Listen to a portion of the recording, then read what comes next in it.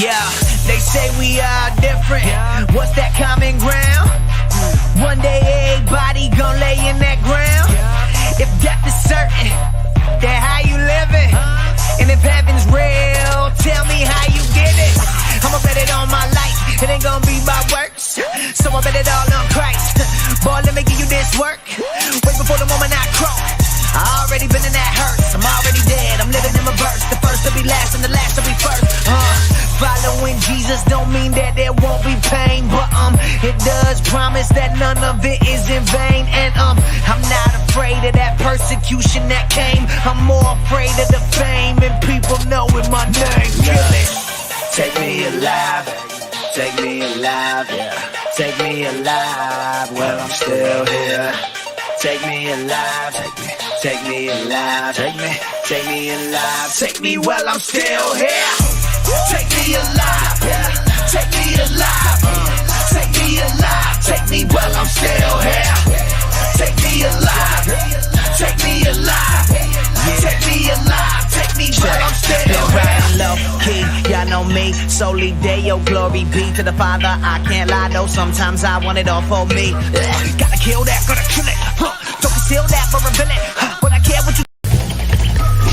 The heart beats just a little faster right now, doesn't it? As they stand alone right now. No cornermen. They're just ready to make the ring walk for the biggest fight. The heart beats just a little faster right now, doesn't it? As they stand alone right now. No cornermen. They're just ready to make the ring walk for the biggest fight that boxing can. Fans of Keep It Chin Tuck, it's the one and only Ghost with the shadow in the front. Hope you're having a blessed day, man. It is beautiful outside. Beautiful outside. Not too chilly, not too hot. But who cares? We're gonna move right into this now. Thank you for the few that's joining me. Listen, I want to get straight into it. Let me start off by saying this. Of course, my audio is good, right? Yeah, audio's good. Audio's good. Let me start by saying this. I don't know if you caught my last live yesterday. Towards the end of the live, Frank was on here. I don't know if you guys know Frank. He comes on here all the time. He's a nice guy. I welcome anybody that comes here, bro. I just want to talk about something because I feel like people got the wrong idea last night. Towards the end of the live, we started talking about race came up with Canelo and everything like that. And y'all know how I am about that. I'm very, very clear about that. If you come on this channel, you can speak however you want to speak. However your beliefs are is what your beliefs are. However, I want to make it clear that when anytime anybody mentions race or anything like that, I'm always going to keep it 100. And I'm going to tell you, I don't go there. I don't go there. I wouldn't like people disrespecting my people, disrespecting my family, disrespecting anything. So I'm always going to keep it real when it comes to race. I just want to start off by saying that. Okay. But I don't think that's what Frank was doing yesterday. That's not what he was doing.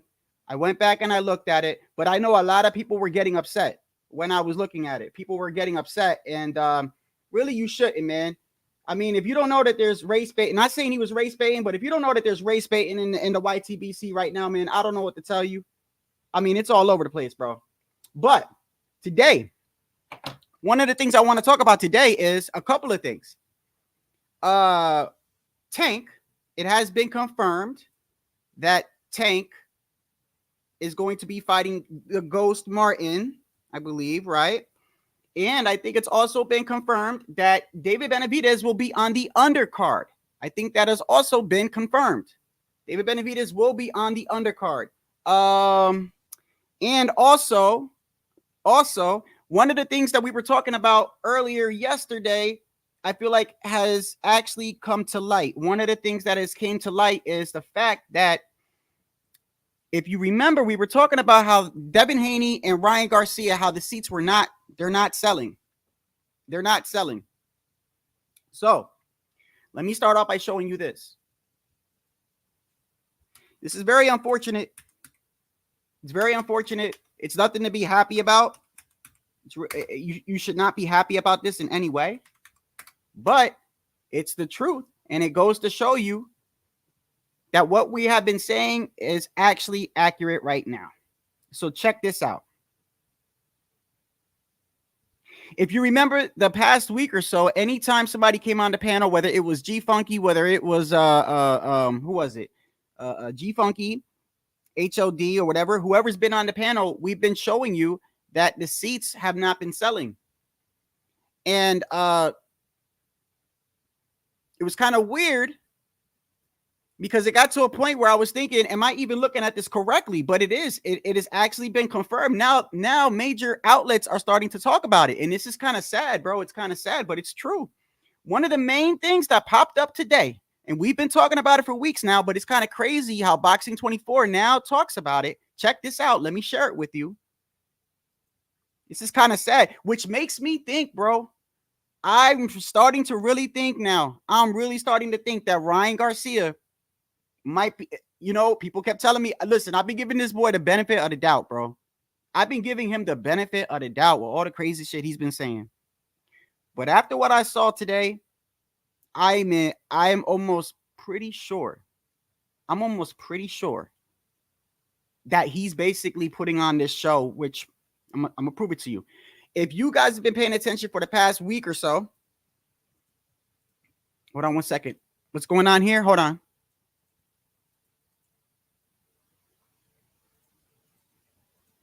Okay, yeah. If you guys have been paying attention for the past week or so, we've been going online to the Barclays. Not only the Barclays, right?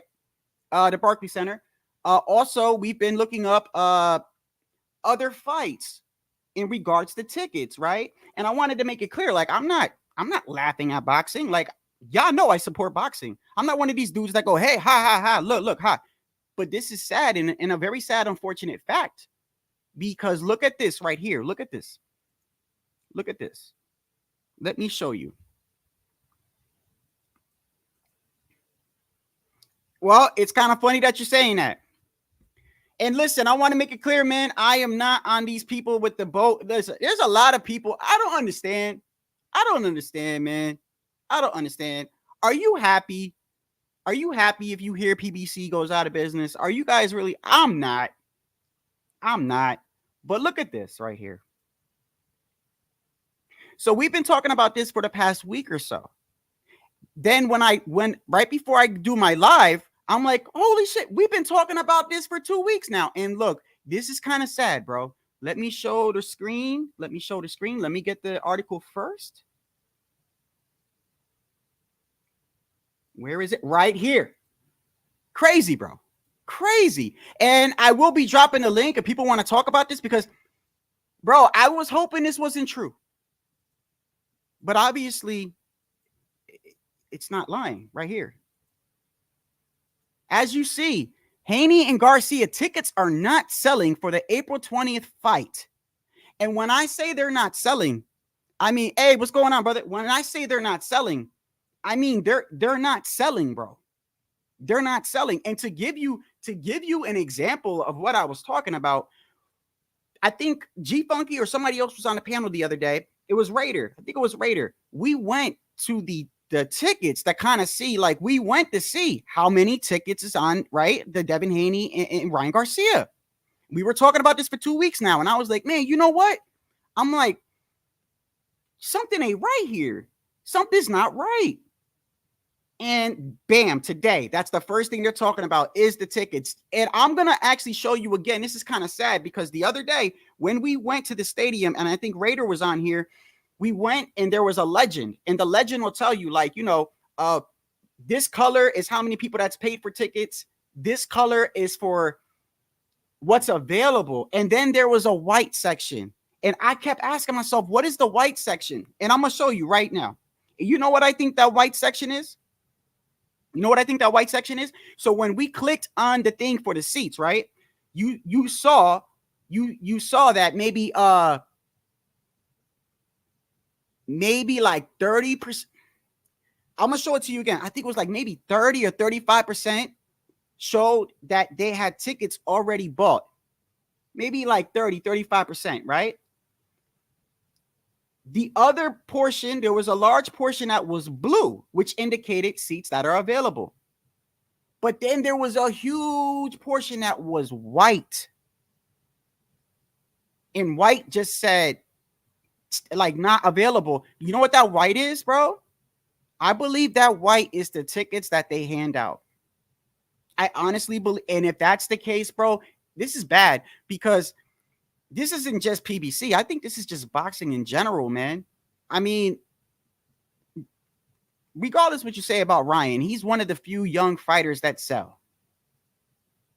That's what they say. He's supposed to be one of the few young fighters that sells, Ryan. You can't blame this on Haney. I mean, you could try to blame it on Haney, bro. But we were talking about this yesterday. This is so ironic, bro. By the way, I want to make it clear. Towards the end of my stream yesterday, Frank was on here, and Frank is always welcome here, and all y'all always welcome here. Y'all know how I am. But listen, you could speak however you want to speak here, bro. I'm being dead ass serious. If I drop the link and somebody comes on here, I'm being dead ass serious. If somebody was to come on here and go, I don't like Puerto Rican fighters, I'm gonna be like, okay. As long as you ain't being respectful, that it is what it is. Yesterday, the topic of race came up before I continue, and I just want to make it clear. However you feel about something is how you feel about something, but I'm always going to make it clear how I feel, okay? Especially in regards to race. I do not attack races, bro. I just don't do that, bro. I just don't. So if you think this channel is some like, I've criticized everybody, man. If you want to come on here and you want to say you feel like Mexican fighters are the best, that's fine. That's fine. Just know I'm going to allow somebody else to come on here and say they think black fighters are the best. Just understand that. Understand that. I try to keep it fair and balanced over here, bro. I'm not going to do that here. I'm not.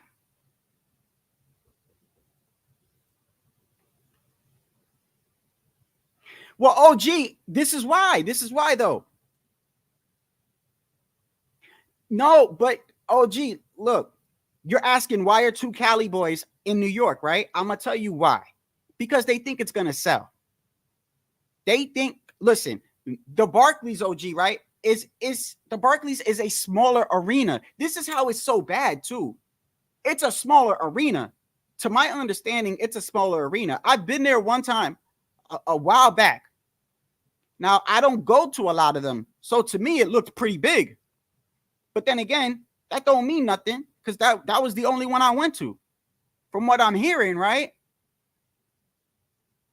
They don't hold as many seats as somebody in Vegas or something like that. OG, right? So I think this is what I think.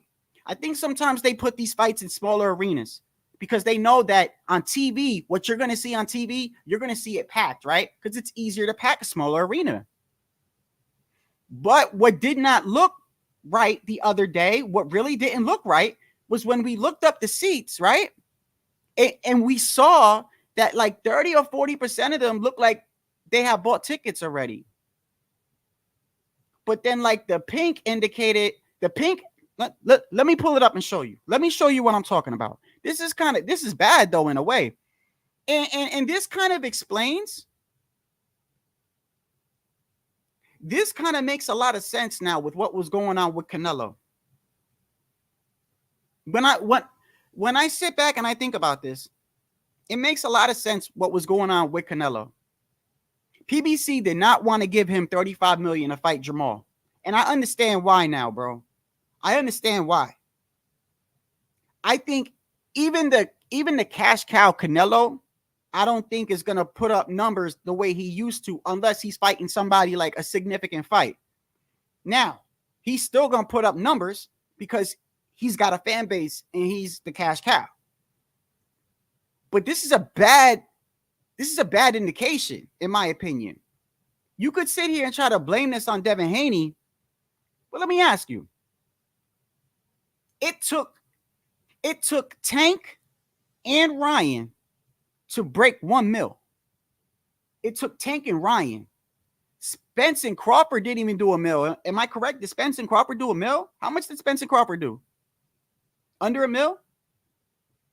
And that was for the undisputed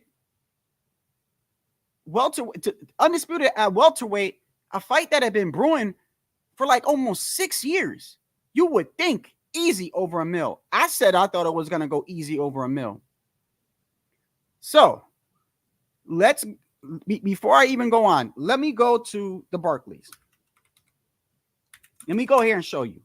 We were here yesterday. Right? Let me share the screen with you, right? Let me share the screen with you. And we're gonna go here and look at it. I'm gonna show you. And this is kind of sad, bro. It's kind of funny how this is what's being shown. When I clicked on the boxing news today, I was like, yo, we've been talking about this all week, but this is not, it's not nothing to be happy about, though. I'm not here to rub it in nobody's face, but it's something we were pointing out for a while, and I'm going to show you again. So this is what they're saying. Haney and Garcia is not selling for April 20th, right? April 20th is not too far away, y'all. It's not that far away. And in fact, Zoo and Fundora is coming up. One of the topics I'm talking about today is coming up, and that looks horrible as well. But so when I show you this right here, right, let's go over to, let's stop sharing that, and let's go over to here to the two Barclays, right? Let me show you Barclays, right?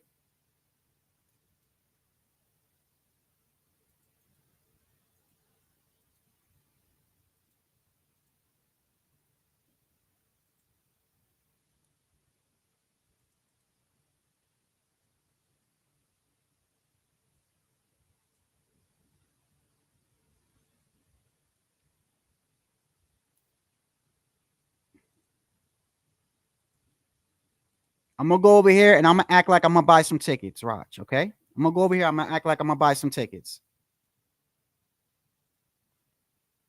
I agree. I want y'all to take a look at this. Here we go. We went through this yesterday, and this is what can you guys see that, by the way? Hold on. Can you guys see? Let me make sure. Oh, you can't see that. Okay. I knew that's what's, hold on. This happened yesterday. Let me stop sharing there. I don't know why it does that when I click on it, but I gotta work around. I gotta work around that very, very easily. And it's gonna be right here. That's the workaround right there. Tell me if you can see that. Can you guys see that? If I need to zoom it up, I will. But let me zoom it up a little bit.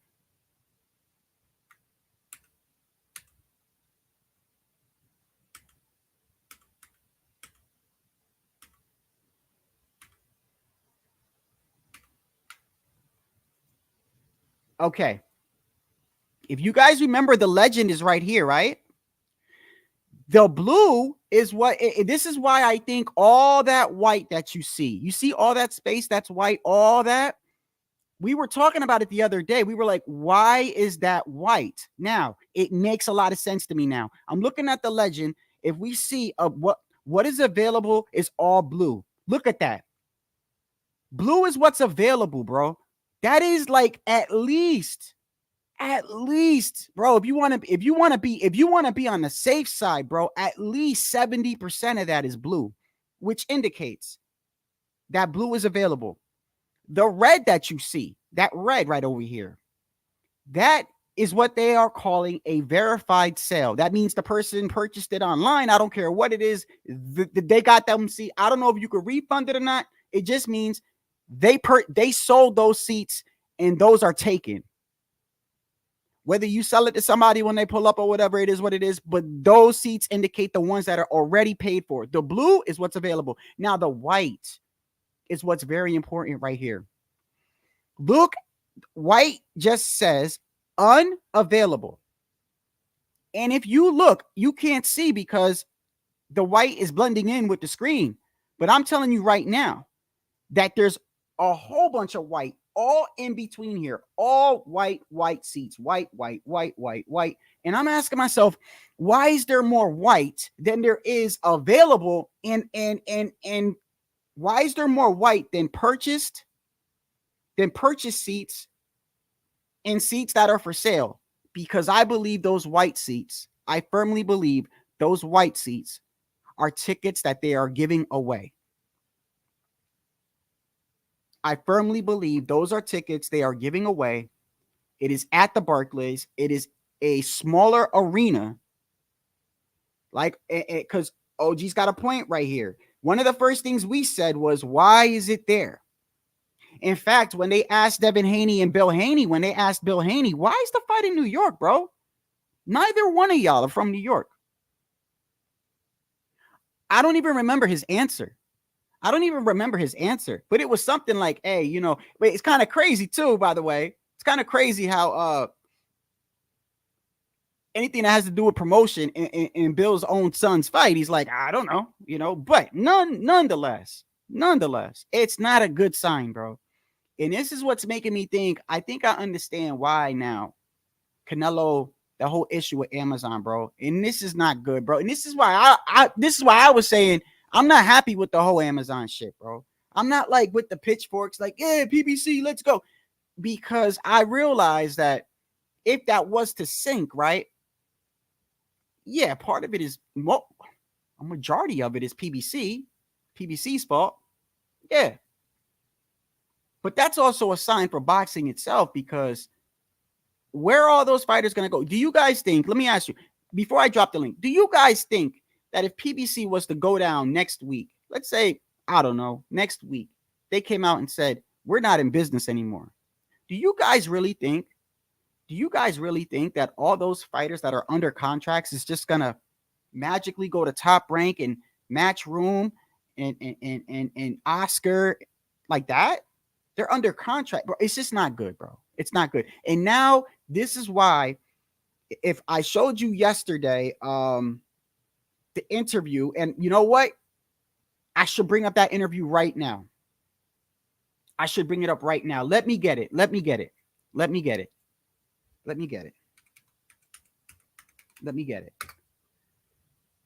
Steven Espinoza.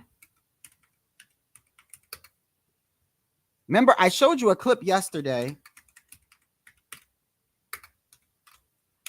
about Steven Espinoza. They were asking him about David, and I only showed you a little clip of it because I just wanted you to hear what he said in regards to David. But in fact, there was another part of that interview where he was speaking in regards to the contract. And they asked him, they said, hey, Steven, they were like, oh, Mr. Espinoza, whatever. I don't know if we call him by his first name. He said, is this a brand new contract with Canelo, or is this a revised? And he clearly said that it was a brand new contract. He didn't even get into the specifics whether it was a multi-fight contract or not. Only thing he said at the end, the only thing he made very clear at the end was in regards to Canelo, when they said, is Canelo going to fight David? And this is what he said in regards to, is Canelo going to fight David? It doesn't mean, you know, if you look at his career, he doesn't run from people. He doesn't duck people, you know, and that goes back 10 years, 12 years. You know, he could have fought, you know, he didn't have to fight Austin Trout. He didn't have to fight Lara. He didn't have to fight Mosley when he fought Mosley. You know, these are all, you know, tough fights, earliest point in his career. So to all of a sudden say, oh, now he's a ducker or runner, you know, you're just going to ignore the last 12 years of his career? Like, no, he didn't wake up one day and said, look, I'm not going to take tough fights anymore. No, like, you know, people, again, are trying to write the end of the story before the story has happened. And, okay, if he fights, if he retires at some point way in the future and has not fought David Benavidez, then, you know, people can complain. But until then, until that happens, I'm going to give him the benefit of the doubt. But I would. So you notice how he's only... Notice how he just keeps saying, notice how Steven Espinoza, damn, man, I look like I'm orange or something, like my skin color is Donald Trump. What's going on here, bro? Hold on. I don't like that. Hold on. Too much damn saturation. Anyway, if you notice, he wasn't mentioned. They asked him about the contract. He didn't even touch on it. He was just like, you know, everyone thinks that Canelo is ducking David. I don't think Canelo's ducking David. I think he's going to fight David. You know what I mean? And anytime they asked him in regards to the contract, he said, I can't get into the specifics. But I'm going to tell you like this. I find it very hard for all those rumors we were hearing. I find it very hard for them not to be true, bro. Just find it very hard. No, Tycho. Look, believe it or not, Tycho, Believe it or not, Tycho, we were talking about this the other day. We were talking about this the other day. When the weird way that Ryan is promoting, I don't think it hurts the fight, Tycho. I don't. I really don't. I really think it brings more people to look at the fight. When a person is acting weird and a person is acting suspect, bro, people will watch just to see where his mentality is. People will just watch to be like, is he really crazy, or how's he gonna look when he fights? So I don't think it was negatively impacting the fight. I don't think it was. But what I do think is that he's doing that because of what we're seeing. That's why he's doing that. That's why. And I don't agree with it, but that's sad. That's pretty sad, bro. That's sad. That you resort to, now it's clear. It's clear right in front of our face. The seats aren't selling, bro. They're not. Ryan and Devin is not selling. It is clear. It is in front of your face. It's not selling. And this goes back to when they asked Bill about Devin and Prograis, and they said, well, how come I'm hearing 30,000, 40,000? This goes to show you, bro, that was absolutely true. That was absolutely true. All those low sales. And if you want to blame it on Devin, you could blame it on Devin, but then what about Ryan? Are you telling me Ryan doesn't sell? Are you telling me Ryan Garcia doesn't sell? I find that hard to believe. Out of all the young dudes that be boxing, out of that whole young crowd, Ryan Garcia to me sells. He sells more than Shakur. He sells more than Devin. I think he puts more seats in than Tio. I think he does. And the fact that you got two young fighters technically in their prime, whether you think Ryan deserves the fight or not, the fact of the matter is you have Devin Haney, who was undisputed at 135, went up, beat Prograis in a dominating fashion, by the way, dominating fashion. And I'm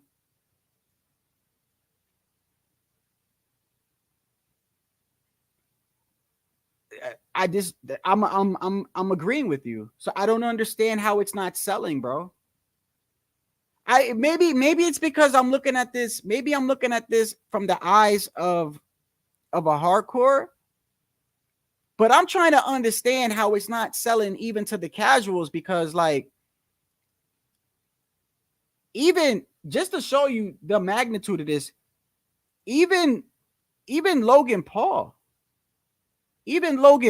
got in the middle of this to kind of boost the sales. That's being dead ass serious. Even Logan Paul. Okay, just to show you. So Ryan Garcia used to be friends with Jake Paul, Logan Paul, all of them, right? Ryan Garcia used to be friends with them, right? And now I think he's putting on this whole, he doesn't get along with them for whatever reason he's doing that. I don't know why he's doing that, but Logan Paul even got in the middle with the whole Prime thing, and which really makes me think that I don't even think that's real. I don't think any of this beef is real. I don't think any of it is real right now. I think everything we're seeing, bro, I think it's all, which would make sense, but it goes to show you how bad the fight is selling, that even with all this stuff, Logan Paul's even trying to get in. Bro, when you got Jake and Logan Paul trying to get in the middle of a promotion with two fighters that one of them is undisputed at 135, a champion at 140, really, he shouldn't have to get in the middle to try to help sell that. But Logan Paul got in the middle now. He inserted his name with Prime, and you got Ryan going crazy all over the place, talking about aliens, Bohemian Grove, and trafficking and all other, which, by the way, like I said, bro, I don't think you should really go to that extent to try to sell some tickets, but it is what it is. But this really lets me know how bad it is, because now it's like they're making up shit to try to sell the fight. I saw something with Logan Paul. Did you see that Logan Paul endorsed Devin Haney to try to, like, you know, I think Devin Haney's going to be wearing the Prime and everything. And Ryan went online and said, don't drink Prime, which, by the way, Prime, that drink, there's a loss. I don't know if you guys know, there's a lawsuit on that drink. I don't know if you drink that. I don't drink it. There's a lawsuit right now on that drink. So if you're drinking it, just beware of that. There's a lawsuit going on right now because they found some chemicals in it. They found some chemicals and it's like bad chemicals, which is kind of crazy, bro. Yes, I saw that too. Yes, the UFC numbers are low. The UFC numbers are low. And it's putting and look, the reason why I know that this is low is because I watched some of those larger channels and I saw a channel talking about this, and he said it's getting so bad that he believes, now they've been doing this in the past, but he says now they're doing it wide out in the open. Remember, I told you Sean O'Malley is a champion in the UFC, right? Now they're making him fight that guy, Merab. And Merab was Aljamain Sterling's friend. He was a grappler, and they didn't want him to fight Sean O'Malley because he was a bad matchup, and they didn't want him to be champion because then he's going to be a champion. He's not exciting. He doesn't knock people out. He just grapples, you know, like that's the UFC knows he's not marketable. Well, now they're forcing O'Malley to fight this man. Now they're forcing him to fight him. And now they're trying to force John Jones to fight that guy Aspinall because their numbers are low too. This is just combat sports in general. I just don't think it's good. I just don't think it's good, man. But nonetheless, I mean, that's just, all right. That was Ryan and Devin, right? Let's look at Zoo and Fundora right now, because now it's going to be Zoo and Fundora. So it's not Zoo, which, by the way, it didn't matter if it was Thurman or not. Like that, I don't think that was going to do good numbers to begin with, just based off the fact of how they tried to throw Keith Thurman in there, and he's never even fought. It is what it is. So right here, let me click on that and let me show the screen here.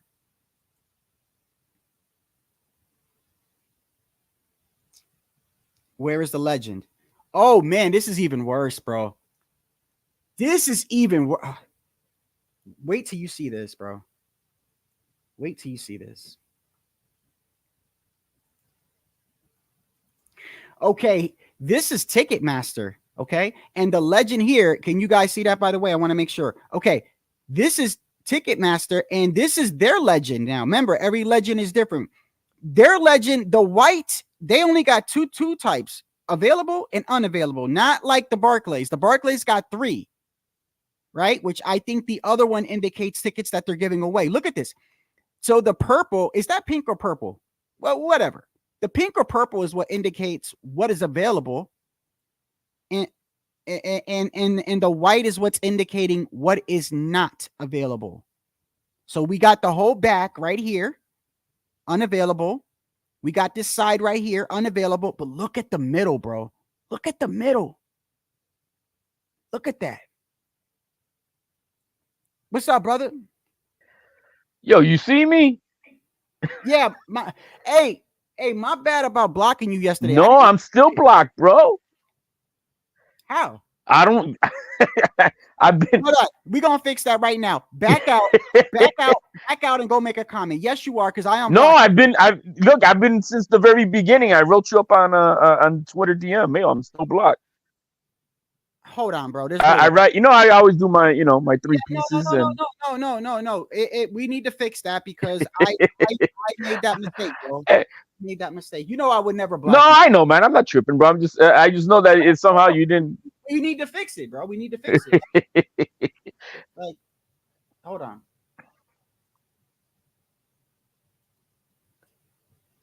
Okay, blocked people. Let me see. Okay, moderators, Tycho. Or maybe I'm deleted, but I don't show up. Maybe if I made you a moderator, would that make you? Hold on, let me see.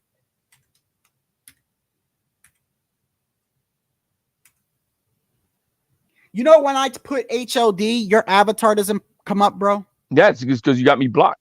No, even before that, because I tried to make you a moderator last week. And just No, let I've always been you've had I think I've always had a wrench, or no? Oh, Yeah, yes, right here. yeah. Remove. Okay, now back out and go back in, bro. Here, I'm gonna do it as we speak, and you tell me if you've seen All it. right. You should be able. What's going on, brother? You should be able to make a comment now. I just unblocked you. I unblocked you yesterday. Let's see here. Where are we at? Here we go.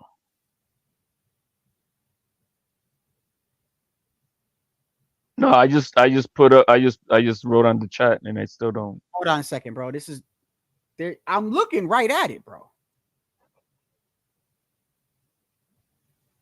Yeah, I don't know what to say right now. I'm writing in the chat, and then I write, and then I think it posts, and then when I back out and come back in, I'm not showing up. Let me try it one last time. Hold on. No big deal, man. We're not gonna hold up the show on that. No, see, no, yeah, no, I don't want to hold it up. But every time oh, that's why. Go ahead, do it now. My bad. Do it now. Let me see. Can you see me? Yep. Now you're good. Oh, yep, yeah, I see myself now. All right. So my bad, bro. I would No, no worries, man. I'll mute you, but I won't block you. Speak on this, man.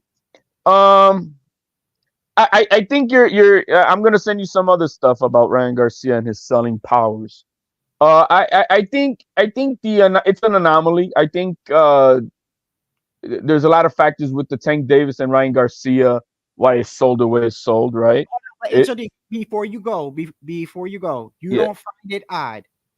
You don't find it odd that for the past 2 or 3 weeks, me, you, G Funky, who else was on here? We were literally talking about this. And remember, I was like, I'm not trying to make fun of the fight. I'm trying to make a point that I'm noticing it's not selling, and it's weird. And then when I go to log on today, right, one of the first things that they're showing is that the tickets are not selling, and now they're worried. Now they're concerned. Well, shit, they're not gonna sell at those prices. Let me tell you that. But it's not. But the thing is, HOD, this is not just about Ryan though, because the Fundora and the Fundora and right now it's even worse, bro. It's even worse. Like, yeah, but you cannot. We're 5 days away. We're how many? What would it be? 5 or 6 days away For the Fundora and yeah. Okay, we're only a couple days away, right? And this is even worse. Hold on, let me see. Here, because the purple on this legend is that the Fundora fight? Yeah, this is the Fundora fight. I'll go back to the Haney and Ryan in a second. So the legends are different because this is Ticketmaster and the other one was Barclays. I went straight to Barclays.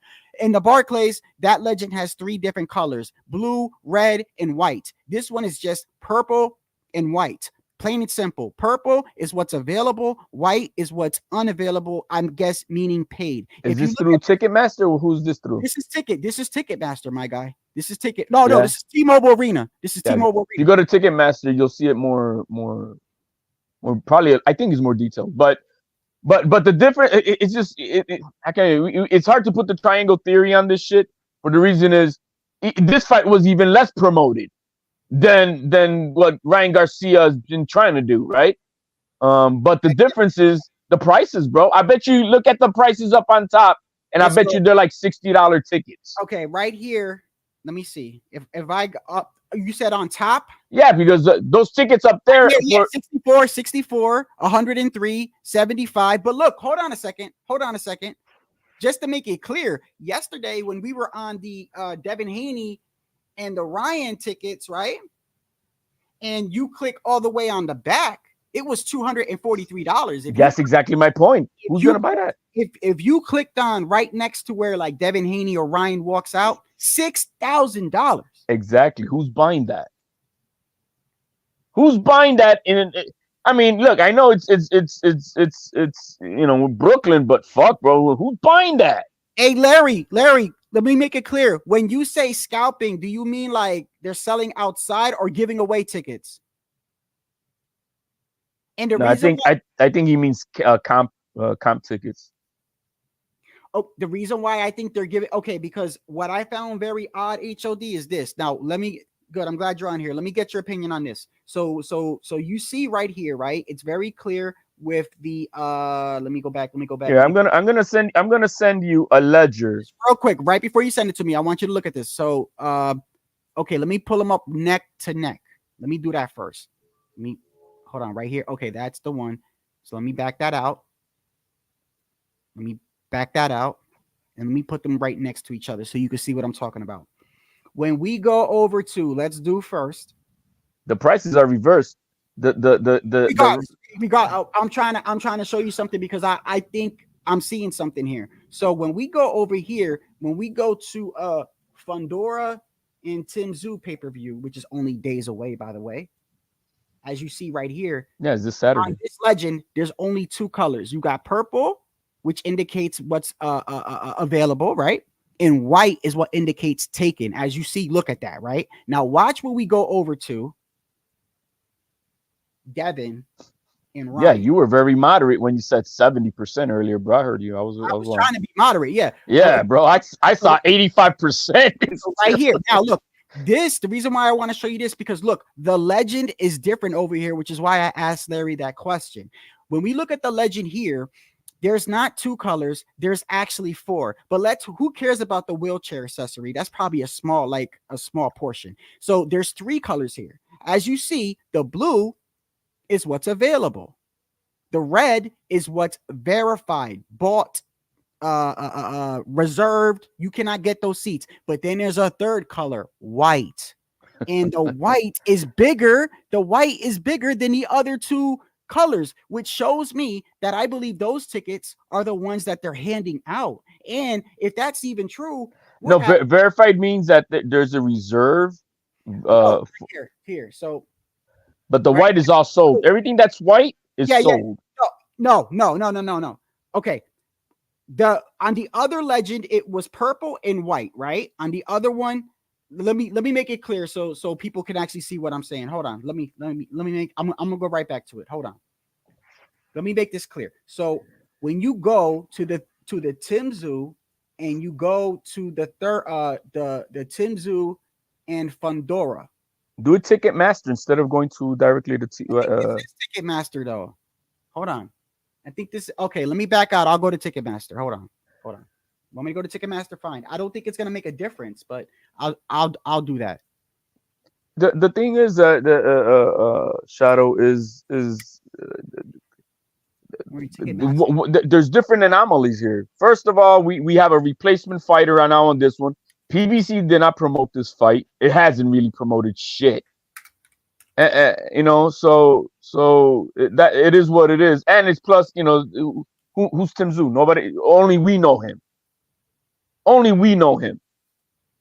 So it's gonna be a hard sell. But the Ryan Garcia shit, bro, is those prices, bro. Because if they were $60 average on those top ones and shit, and the bottom ones, instead of being 6,000, 200, 500 maybe, they probably would be a lot more sold. But hold on 1 second. Let me see. A little more. But Ryan and Devin Haney, look, I'm gonna send you a real ledger of what Ryan Garcia sold for the Duarte fight. I don't know why that's not. I'll go back into it for now. Let me go back to what is another one that's we got StubHub, Vivid Seats. Axios, I think, is the other one that sells. Yeah, okay. I got that one right here. That's perfect. That one pulled up. I got that one. Okay, so let's go here. Let me show you, right? Look. I got that one pulled up, the one that you just said. Hey, so you're wearing your cap for Diddy, bro? And you got a rated today, bro. That's what the D is for, Diddy. Nah. So right here, this is the Tszyu and Fundora, which is on March 30th, right? So right here, when we go to this legend right here, white is what's unavailable, and the blue is all available. Yeah, the blue is what's available. Oh, so it's pretty sold, bro. Hold on, wait. I'm trying to understand this legend here. The legend. Do you see the legend on the bottom right? So the blue is standard. Right. Then there's accessible wheelchair. We don't care about that. Then you got the other one, AXS Premium, and then you got white is what's unavailable. Yeah, Now, those have been sold. You think okay? So this. Yeah, So that's pretty. That's the decent. white is what's That's been sold here. yeah. Everything that's white is because it's not available. They've been sold. So everything that's in blue is still available if you want to buy those tickets right now. So it's about. That doesn't make any sense. Right. That doesn't make any sense because when we go to the other one, it's not showing that. Yeah, because you got to understand. We're now talking about the secondary market too. You know what I mean? The secondary market is like you and I. If we were to buy them and then we want to go to Ticketmaster and resell them. What if I go to T-Mobile Arena directly?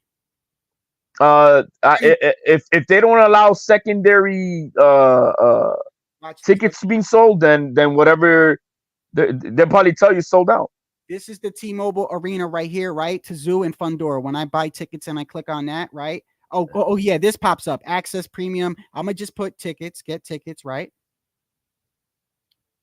Oh, the same one pops up, the one that you just said. Access. Yeah. Okay, so the legend here, which I don't understand this legend because basically the white is okay. The white is what's unavailable, and the blue is what standard is available. So this one does look like it's sold. Yeah, it looks like to me right there. It looks like about 60% sold, maybe 70% sold. I know for a fact that Haney and Devin's not doing well because that's literally trending right now. Hold on, let me see. Let me back up. Go to Haney. Look, I'll send you the legend. And the last Ryan Garcia fight with Duarte, they sold 7,100 some odd tickets. They gave away 1,500 comp tickets. So the total attendance was a little. It was like 9,500 for that fight. In total, only 7,000 tickets sold for Ryan Garcia. So is he really a big draw? I don't think so. I think just the anomaly with Tank is that they were both undefeated. I want to show y'all this so you guys can see this with your own eyes. I'm gonna go there step by step. Watch this. Yeah. Okay. So you're right. So technically, the Fundora and Zoo is doing okay. Yeah. So it's okay. You know. Now this right here. Watch this. I'm gonna back out. Gonna go to hold on. I'm not gonna go to Ticketmaster. I'm gonna go straight to Barclays Center, right here. Back up. I'm gonna click on Devin Haney and Ryan Garcia. Can you guys see that? Is it still showing? Yes, it is. Okay. So watch when I go to buy tickets here. It's going back to access to where we were at. Now look at this now. Now look at this one. Available is blue. That is damn. The red is it's not coming up. I don't know if you okay, hold on. This is where I'll stop. I stop it right here. And then I don't know why he does that when I go there, but I got it. It's got to be blue. There it goes right there. So right here, the blue is what's available. The red is what's been bought. And this is my question for everybody. Dang. There's 3 colors here. Blue is what's available. Red is what's been bought. And then you have white. It just says, you know what I think they're doing? believe white. In my opinion, white are tickets that they are giving away, or maybe what Larry said, scalping or whatever. Because white, no, they're sold. Those are sold. Those are sold. White is no, it's not. HOD, look in the bottom right there. Do you see where my white means they're not available. Period. Sold or given away, they're not available. Because the red is what's verified. No, verified. You're misconstruing that. You got certain brokers who can put tickets on reserve because they have a thing and they can hold them like that. That's all that's saying. So technically that would be the same color as white. Right. Okay. Unless they don't pay. You still got all this blue right here. Right. No, regardless, all the blue, bro. I think this is I think you were being generous. I think it's like maybe 80% still available. How much is a seat right here? Let me go right here. Let me go to if we were to go right here to the fighter walkout, I wanted a seat right here. Oh, you're talking about floor tickets? Yeah, floor tickets. It's $4,000. $4,000 if you want to see Devin Haney walk out. You know what I think they're doing? Because what you don't understand is when you buy tickets, you could go. Let's say you and I, we want to buy tickets and we want to resell them to make a profit and Right. shit. You know, well, when you know the original people, they only get the face value, and so maybe Ryan Garcia and Devin Haney people are saying, you know what? Why are we letting the scalpers make money off of us when we could sell them already at the secondary price? You know, if they buy it off 60 and then try to sell it for 200. How about we sell it for 200 and fuck it? Well, hold on. I still, Larry, or maybe you answer me this. Wait, what is it? School me on this. What is scalping? Okay, scalping is basically, like I said, you and I, we go ahead and we buy the Tim Zoo tickets for $60, Right. right? Face value, $60, Right. and then I'm gonna resell them for $200. So why would they care? They sold the seats. Because now if they're thinking, hold on, you're saying the secondary people are making more money than we are. We sell them for 60 and they're selling it for 200, so they're making $120 profit. How about we sell them for 200 and let the people buy it directly from us? And that's so Larry is basically indicating that PBC themselves be scalping. Who knows? Maybe that's, you know, I mean, I don't know. I can't. Scalping to you know what? Let me tell you why that would make sense. I wouldn't put it past them to take tickets, buy them, and resell them to people at a higher. I wouldn't. Right. That could, because why would you give up that free money away? If people are willing to pay $200 for a $60 ticket, well, fuck it. Be quiet, Hawker. I didn't know, bro. For real, I didn't know. It's not illegal in every state. And the way it's not, I mean, scalping on the street is illegal, but if you go through Ticketmaster, it's not illegal. See how that works? The government knows how to play their game. The only scalping I know is when they skin people. So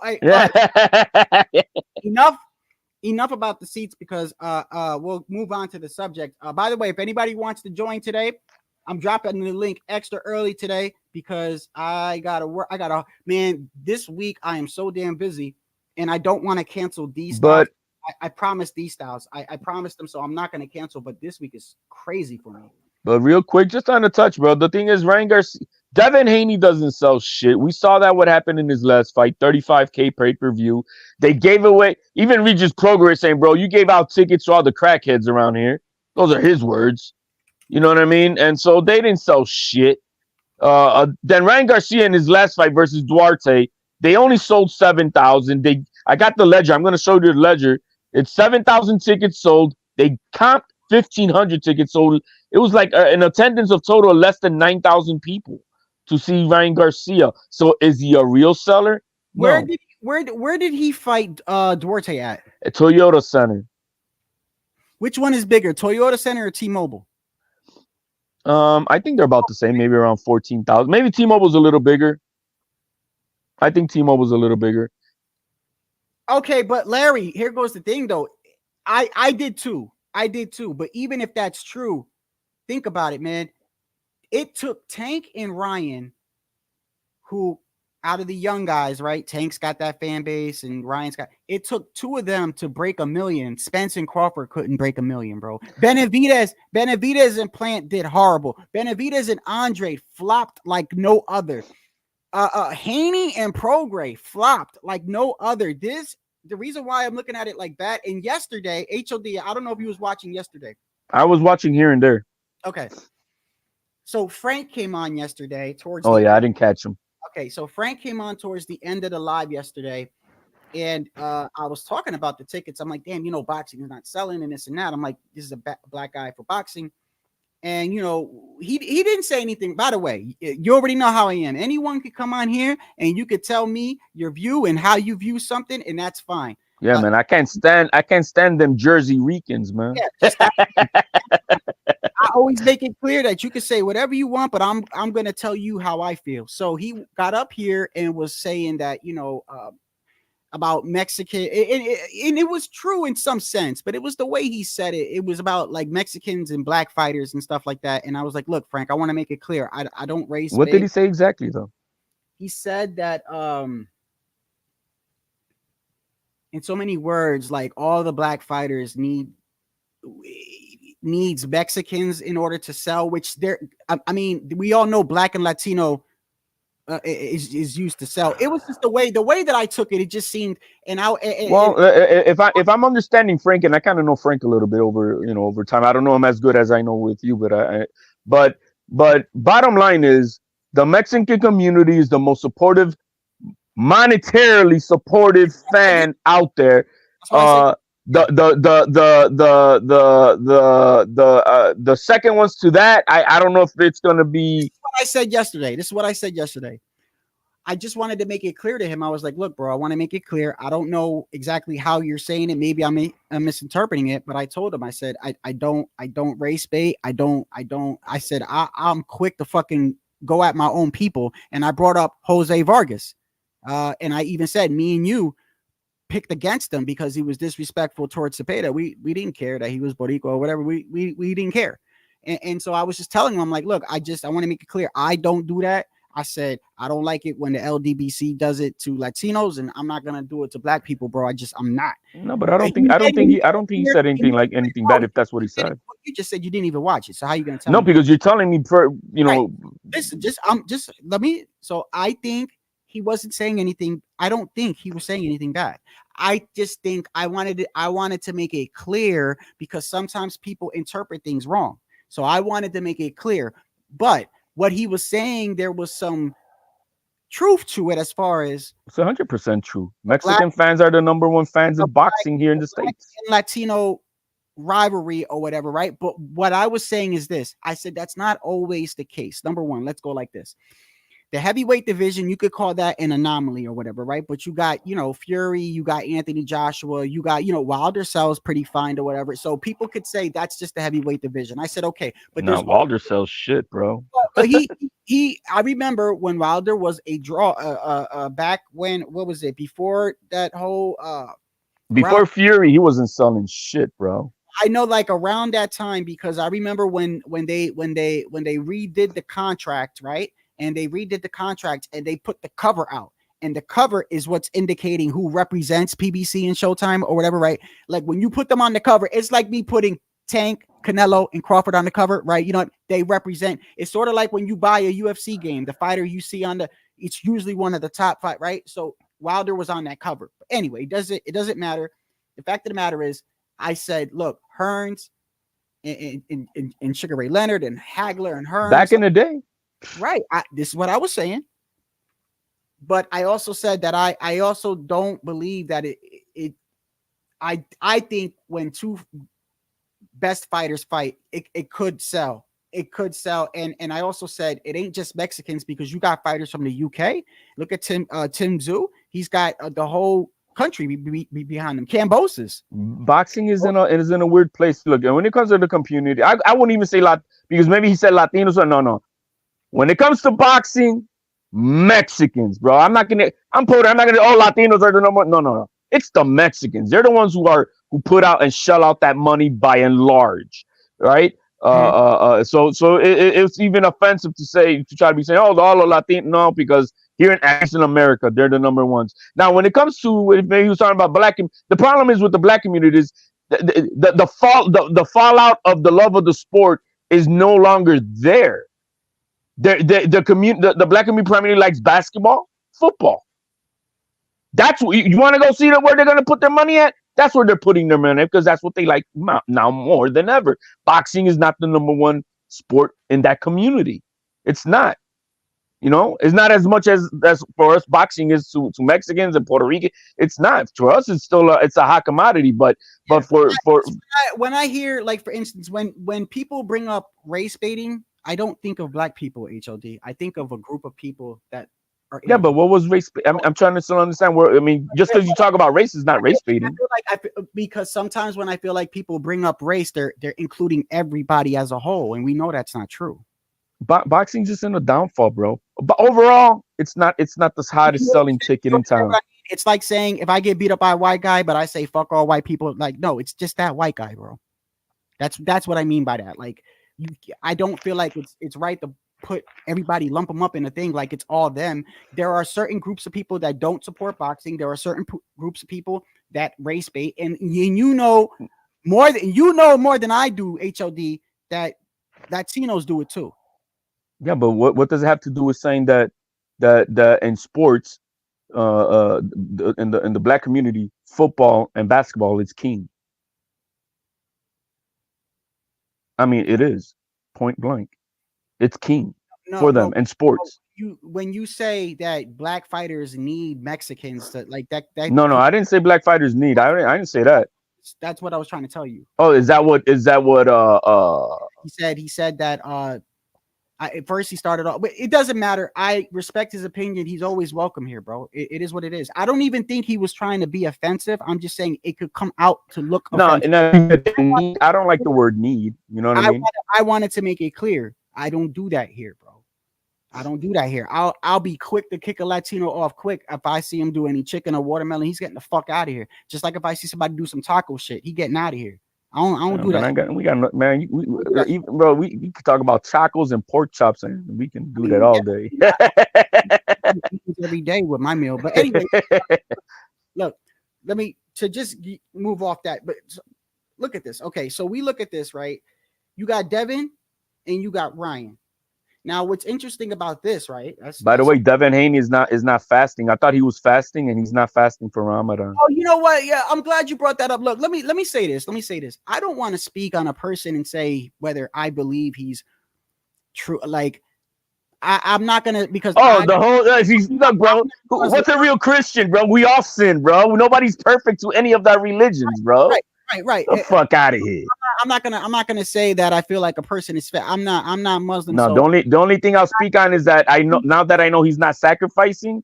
You know what I mean? That he's not fasting. That means he's on no debilitating state in this training. I thought it was a problem. Like, damn, Ramadan finishes on April 9th, and then 11 days later after that he's gonna fight. That was on the back of my mind. But now that he came out that he's not fasting, so there's literally no excuse about his, of any debilitating state in this training camp for Devin Haney. Anybody want to speak about fake Muslim because he's not? That's some stupid shit because, fuck, are all Christians or anybody perfect? No. First one to sin, throw the first stone, motherfucker. Remember when Andy Ruiz was getting, if you guys don't remember, last year, Andy Ruiz did something and they went on his social media because he was, what did he post, like weed and a whole bunch of other shit and talking about hookers? I forgot what happened. Oh, yeah, no, that was his wife, bro. That was his wife who posted that. Right. Okay. And I remember everybody got on Andy Ruiz and I was like, bro, listen, bro, I don't know why people do that because they don't understand that, like, that's why you need God. People think that because, yes, you're supposed to be aware of how you act. But anyway, regardless, perfect, let me bro. go back to the fight. Let me go back to the fight before we, because we go on God, we're going to keep, and I know. No, it doesn't. Yeah. Devin Haney and Ryan Garcia, since we brought up the topic of black and Latino, right? You could look at it like I don't think the community looks at Ryan as a whole. To me, when I think of Ryan, I think mostly his fans are from the TikTok community, the YouTube community, which, by the way, which I found it kind of weird. His fans are Nickelodeon people, man. Well, what I found interesting, right? Now that they're saying that the fight is not selling and everything like that, Logan Paul got into the promotion. And now Logan Paul endorsed Devin Haney, right? And that goes. Oh yeah, that was about 2 weeks ago, I think. Yeah, right. Because Prime, the energy drink Prime, has got a lawsuit. They're saying that there's some bad stuff in it or whatever. I don't drink it, but anyway, Logan Paul got involved and was like, he's gonna endorse Devin Haney, right? But I'm looking at all this, all the crazy shit that's going on. HOD, right? You got Logan Paul trying to insert himself, Jake Paul trying to insert himself, right? You got Devin Haney going over, beating up Ryan's friend at the gym, not him, but somebody in his camp beating up somebody in his gym. You got Ryan talking about Bohemian Grove and trafficking and all this other stuff. And yet, even after all that stuff, even with all that going on, they're still saying that the tickets are not selling, which makes me think now I am almost positive that I believe that Ryan was faking what he was doing, which, by the way, I'm going to lose respect for him because I don't feel like you should bring up, trafficking and God just to sell tickets, bro. That's just crazy, bro. Bro, the kid is retarded, bro. I'm just gonna call it. Ryan Garcia is a fucking retard. He's a disgrace of a man. Point blank. Not in my eyes. Dude, he was on live earlier and he was talking to a chick, bro. And he's asking this chick, "Oh, hey, tell the people, do I got Riz? Do I got Riz?" I'm like, "What the fuck?" And the girl was so uncomfortable, bro. Huh? What do you say? Do I got what? Riz. If you got game, that's a new word for if you got game. What's that? Was that the young kid slang, the millennial slang? Or Yeah, something? that's what he was saying. He's like, "Oh man, hey, tell the people." Man, in fact, this girl was kind of like ignoring him. She was talking to some other people on her live or whatever the fuck they were on Instagram. And this motherfucker. Hey, let me make this clear. I don't look at men like that, but I don't think Ryan Garcia is like the most gorgeous man ever to walk. Bro, this girl was uncomfortable, bro, and I like this motherfucker's asking a girl if he's got game. I told him, bro, I put it, bro. You sound like Haney asking Linares if he got power. What the fuck is wrong with you, bro? This girl got so uncomfortable, she got offline, bro. Look, I think you're a little bit bothered. She, I'll talk to you later. She she hung up on his ass, bro. On another note, did you see the now this was from 10 days ago, and at that time when this happened, mind you, Thurman was still the main event, okay? But the Rolly and Pitbull press conference, I was digging that, bro. Like the one, not the one where they were in person, the one where they were on screen. I didn't catch it, man. You didn't catch that? So you mean the one the promo stuff the little promo video? So they had the first off the gloves or gloves off or something like that. No, yeah, no, that I've watched that. No, I'm talking about the so they had a physical press conference where like they were literally right. We saw that one. Then they had a second one 10 days ago. I'll show you just the picture of it, so this way you can know what I'm talking about. I'll look into it. Hold on, let me hold on.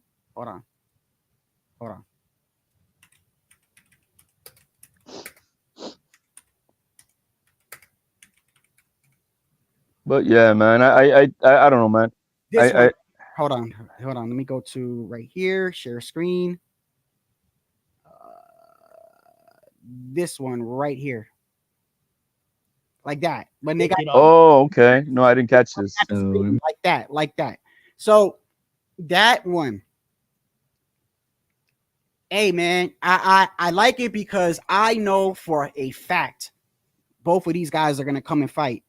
And so there was Cruz is gonna knock him out, bro. Oh yeah, I think so too. But this is interesting, right? So they had a panel of some rappers and like I forgot who was it? Gilly, you know, Gilly and Wallow got that show, right? Yeah, so yeah. You had Gilly, you had the rapper Immortal Technique, he's a Spanish guy, whatever, and they had a couple of boxing, they had like one boxing analyst and they had like two people from a boxing channel. It was a weird panel. You had like two rappers on there, a boxing analyst, two boxing content creators. It was weird, but they were up there and they were talking about Rolly and Pitbull, right? And Gilly, they were getting on him in the comments. They're like, Gilly, you casual. You don't even fucking like stop acting like you watch boxing. All you know is boots and this and that, right? They're like trying to kill him in the comments, right? The other dude, the rapper, I think his name is Immortal Technique. He was speaking like a hardcore, like you know, he was just, you could just tell by the way a person talks. He watches it more than the usual person, right? So he said, you know, I think people are overlooking Rolly, and Gilly's like, nah, you know, Cruz is knocking him out. And he was like, and it did make a little sense. He said, well, you know, and Rolly said this too, which Rolly is the one that made the decision to even fight him. Rolly had the final say. You know that, right? He doesn't. I think he's still he's puppeted by whoever. It's for his belt.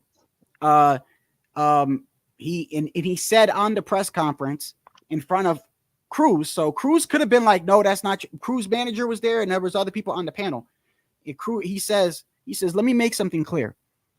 He's like, y'all can say whatever you want. You could overlook me, but I made the decision to fight this man. I made the decision. I could have simply said, I don't want to fight Pitbull, but no, I'm not scared of him. I know he's not scared of me. I don't need to trash talk him like how I usually do because we're going to fight.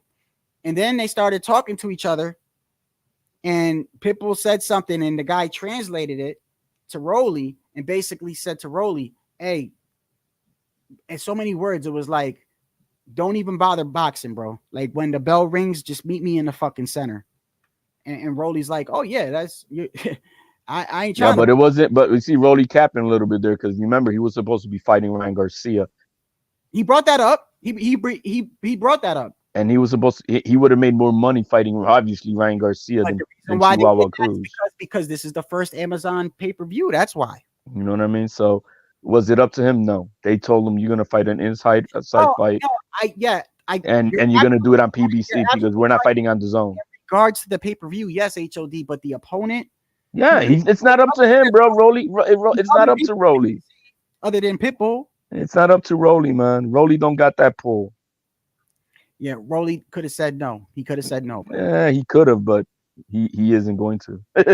he's not gonna go against Al Heyman. And put it that way. I don't think the one thing I say about Rolly is Rolly ain't scared, bro. No, he ain't scared. None of that. I'm just talking about the decision because I mean, obviously, you will make more money fighting Ryan Garcia than fighting Pitbull Cruz.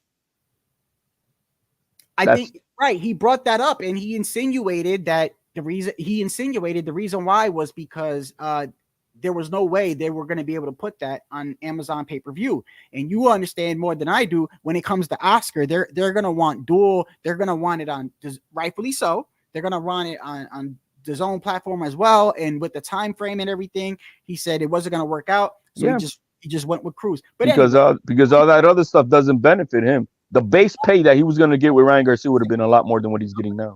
I'm going to say this. As much as I do think that Tank is going to not that Pitbull is going to knock this man out, Rolly always has a puncher's chance, bro. Oh, no, there's no doubt. Puncher's chance, bro. But that fire hydrant neck and head of Pitbull Cruz, bro, I don't know who's going to knock him out.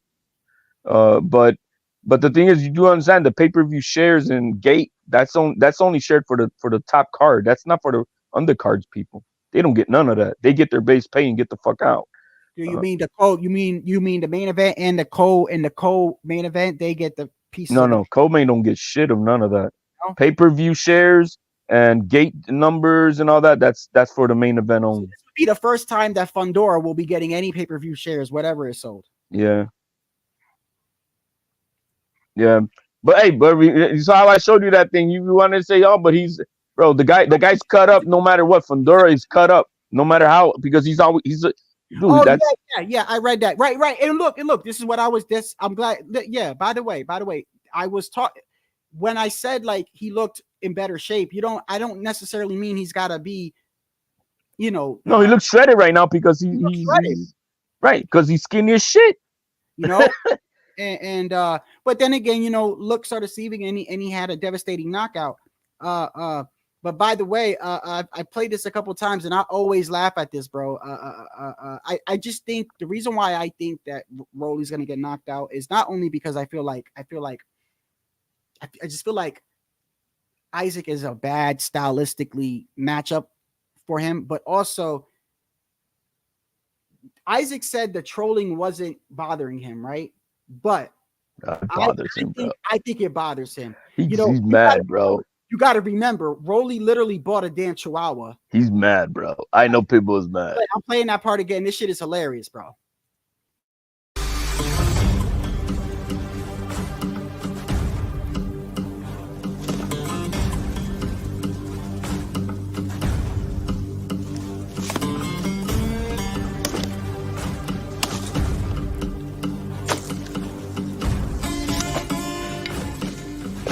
I'm not really a villain. I'm more of an anti-hero. A villain is doing evil things. Anti-hero, he's doing things for what's the best, right? And then right here. Aw, what's wrong? You don't want to go inside the gym? It's good. Come on. This Isak, she's a sweetheart. I felt like to get more in tune with this fight, I had to adopt a Chihuahua because I'm gonna, to get to understand them a little bit more, because, I'm fighting a Chihuahua, she's like a little afraid right now. You know, she's a little camera shy and stuff like this. You know, the same way Chihuahua Cruz is gonna be on March 30th. You know. It's okay, you suck. Calm down. Calm down. Calm down. What an asshole, bro. He's gonna get knocked the fuck out. Yo, but he's good at this, bro. He did this. Yeah, he's good. He's Hey, good. you remember he did the one with Tank that he had that little kid in the ring and he's like, "Come on, Tank, let's go." It was a little toddler. He had a little midget in there. Yo, Yeah, no, it was a midget. That was a toddler, bro. hey, look. He's good, bro. Rolly can go to the WWE and be good. He's bro. good for boxing, bro. He's good for I boxing. always say he's good for boxing. Everybody be getting on him like I know, like. Well, that's bro, part of it, right? You know what I mean? yeah, I guess so. You know, I brought this up yesterday, right? So there was a live. It was like 2 years ago, and just to show you how much shit Rolly gets, right? It's not just from the fans; it's from the boxers. So there was a live with Shakur Stevenson. It was Shakur Stevenson, Richardson Hitchens. They were together. They were FaceTiming Chris Colbert. This is before Colbert had any losses, by the way, right? So they're FaceTiming Chris. So it's Richardson Hitchens. It's Shakur. They're FaceTiming Chris Colbert live. Everyone's watching, right? And people are in the comments. They're trying to hype it up, right? And Chris is like, "Hey, yo, Shakur, man, we gonna fight, right?" And Shakur's like, "Man, I'll beat your ass." Chris Colbert's like, "I'll beat your ass." They're going back and forth, right? The fans are like, "Yeah, you know, throwing fire emojis, right?" And you know how somebody clicks the link to kind of like come in and say, "Hey guys, how you doing?" Right? You know, like how we do here. Like right. the link. And if fucking Pudo came in right now, like Pudo's like, "Hey man, what's going on, Pudo?" Right? Rolly clicked the link to come in and say hi. Like, "Yo, what's up?" And they just fucking man, you fucking whack, bro. You trash. Get the fuck out of here. And his face looked like kind of fucked, like, why y'all doing that to me?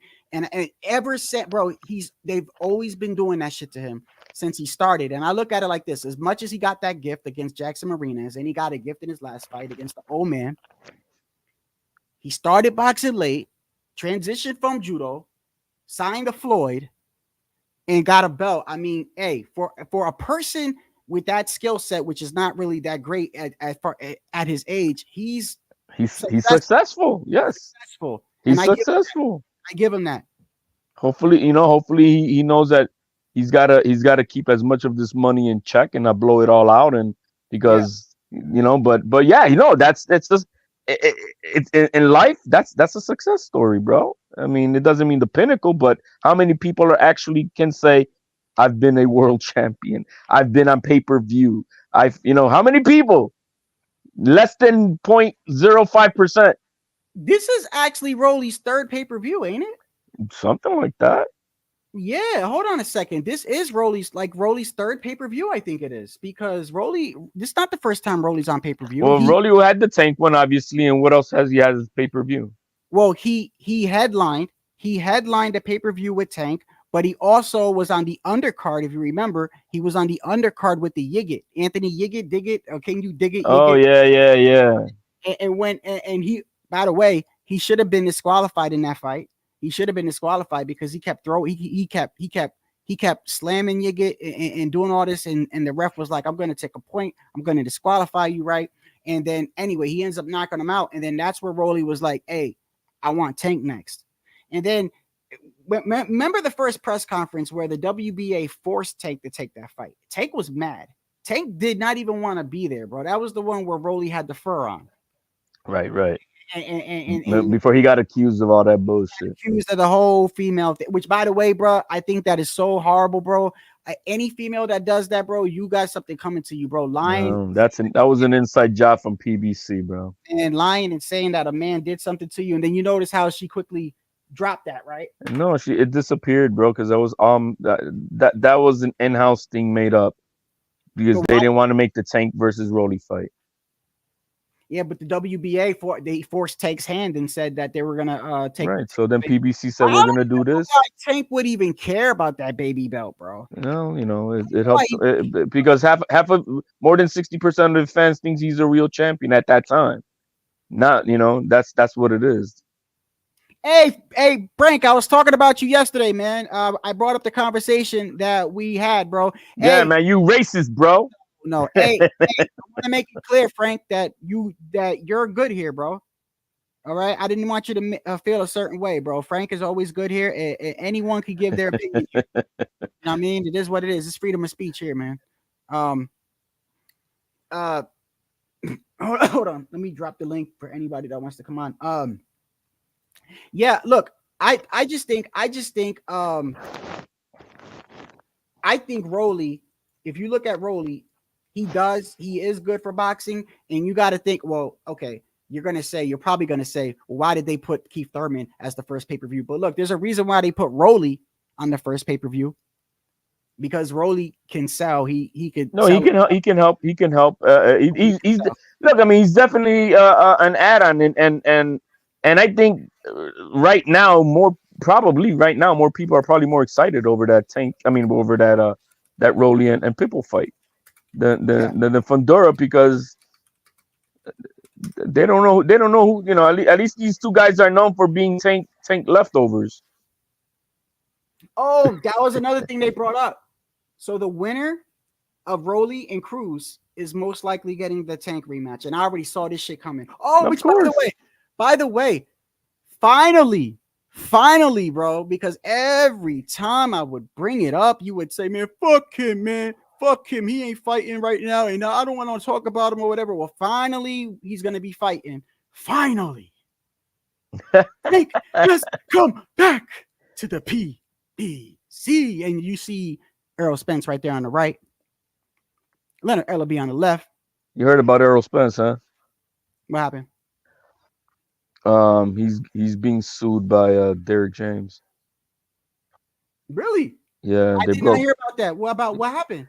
About pay. You know, my understanding is the trainer get a percentage of the pay, right? So let's say it's 10%. But what appears that Errol Spence has been doing is only paying him off of the base pay and not the whole pay. And so if it's 10%, it's not only off the $1 million, for an example, $1 million guaranteed base pay, but off of 10% of the earnings of your gate, 10% of your earnings of your pay-per-view. And he's only been paying Derek James only off of just the base pay.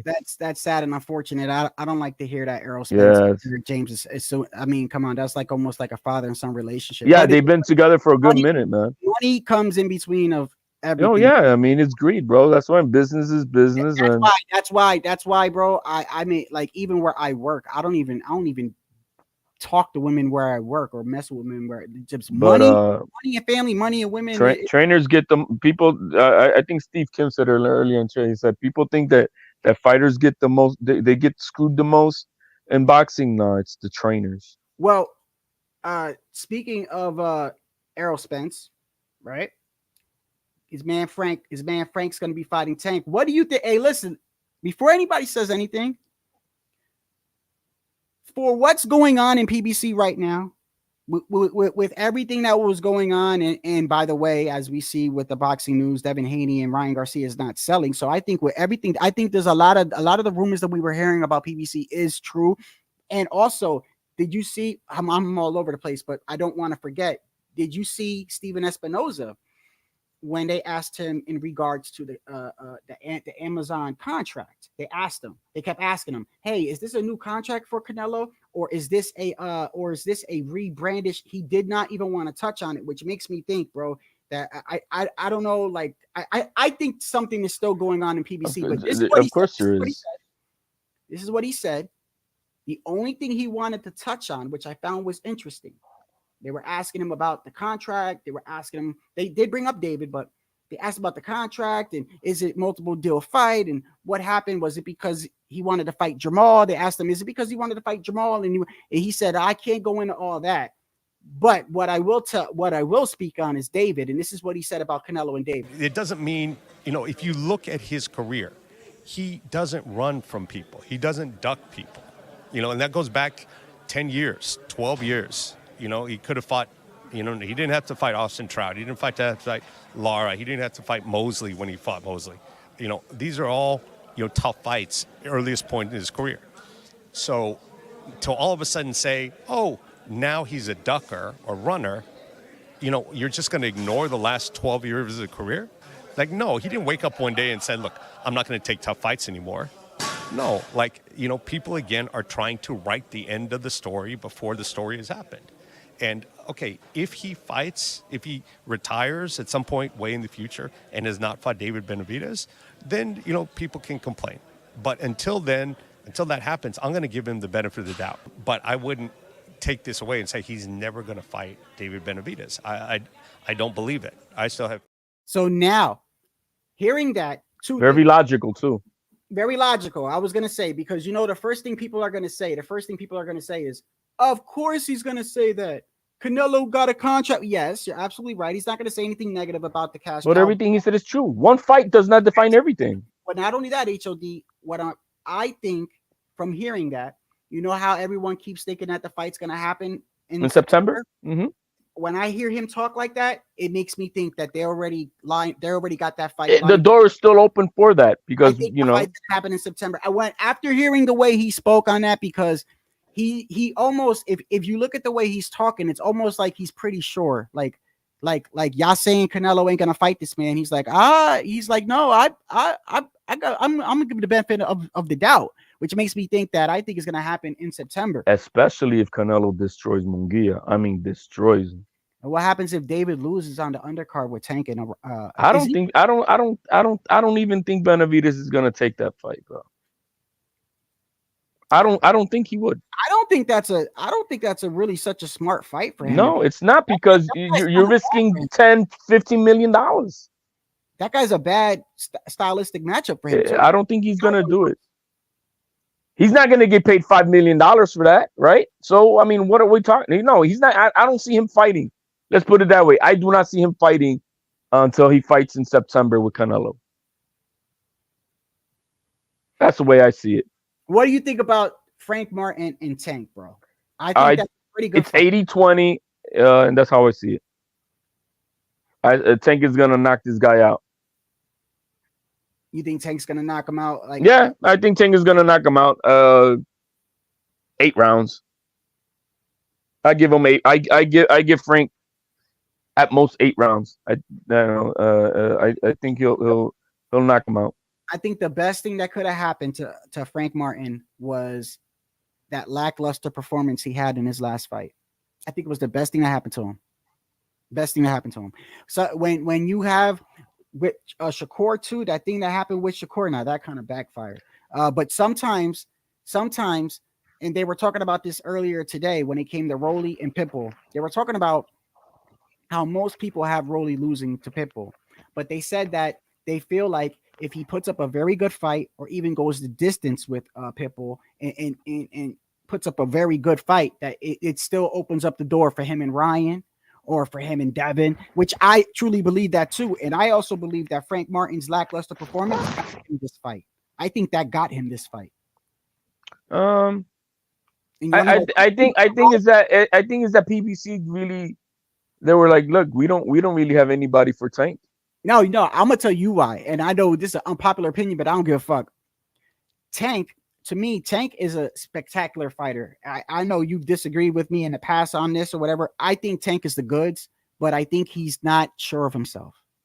He's not sure of himself. I think that the whole shit with Ryan and now he's fighting Martin after that lackluster performance, right? It's almost like, and Frank said it in an interview too. Frank said, well, can I pull it up or not? Did you see the interview where Frank Martin says he hurt Tank at sparring? Yeah, I saw a little bit of that. You know, I was watching that face-off of and Ryan said something very peculiar about Tank, and I believe him. There was one part in that fight when Ryan he crashed him, bro. He made Tank like. Oh yeah, Ryan was talking about this yesterday. Go ahead, talk about it. Yeah, you know, I mean, and I believe it. And when you're talking about uncertain himself, yeah. He got scared that moment. That moment, like, oh shit, and he had to. He held Ryan Garcia because Ryan Garcia laid on him, bro, and I believe it. Tank has been fighting in a way that where he's not, bro. I think he's the lowest output fighter in the game. He is the lowest output fighter. His output has definitely dropped since when he was in his early days, and he doesn't. I think he's turned into Wilder, bro. I think Tank and Shakur struggle from similar things. I think they're both not. They say they're 100% sure in themselves, but I think that they question themselves. Like I think Tank should have been undisputed by now, or at least unified. I know he's got the power. I know he's got underrated boxing skills. I like Tank. I think Tank is exciting, but I also think that I think that he's not. He's got that. And I get it, bro. He's a good fighter, but he's afraid of that. I think he's more afraid of the consequences of an O. Yes. Then. So the pressure's oh shit, Yes. oh shit. Yes. And that's a problem. Think about this. I made a video about this 2 years ago. I said, think about this. You technically are Floyd's protege, even though Adrian Broner brought you over to him, right? But still. Everyone looks at you as like Floyd, you under Floyd or whatever, right? Think about this. Floyd 50-0. He's over here. Floyd is out here verbally saying he's supposed to say that, but he's over here saying ain't nobody gonna beat Tank. He's the next Floyd, this and that, right? And you put that in your head, and Tank's got that in his head. Like I really think he's got it in his head. Like, yo, I can't get that. He cannot hold Mayweather's jockstrap the way his swag was holding to that O, because Mayweather held to that O with such a motherfucking swag. I hated his guts for it, but he fucking held on it, and it was not a pressure to him.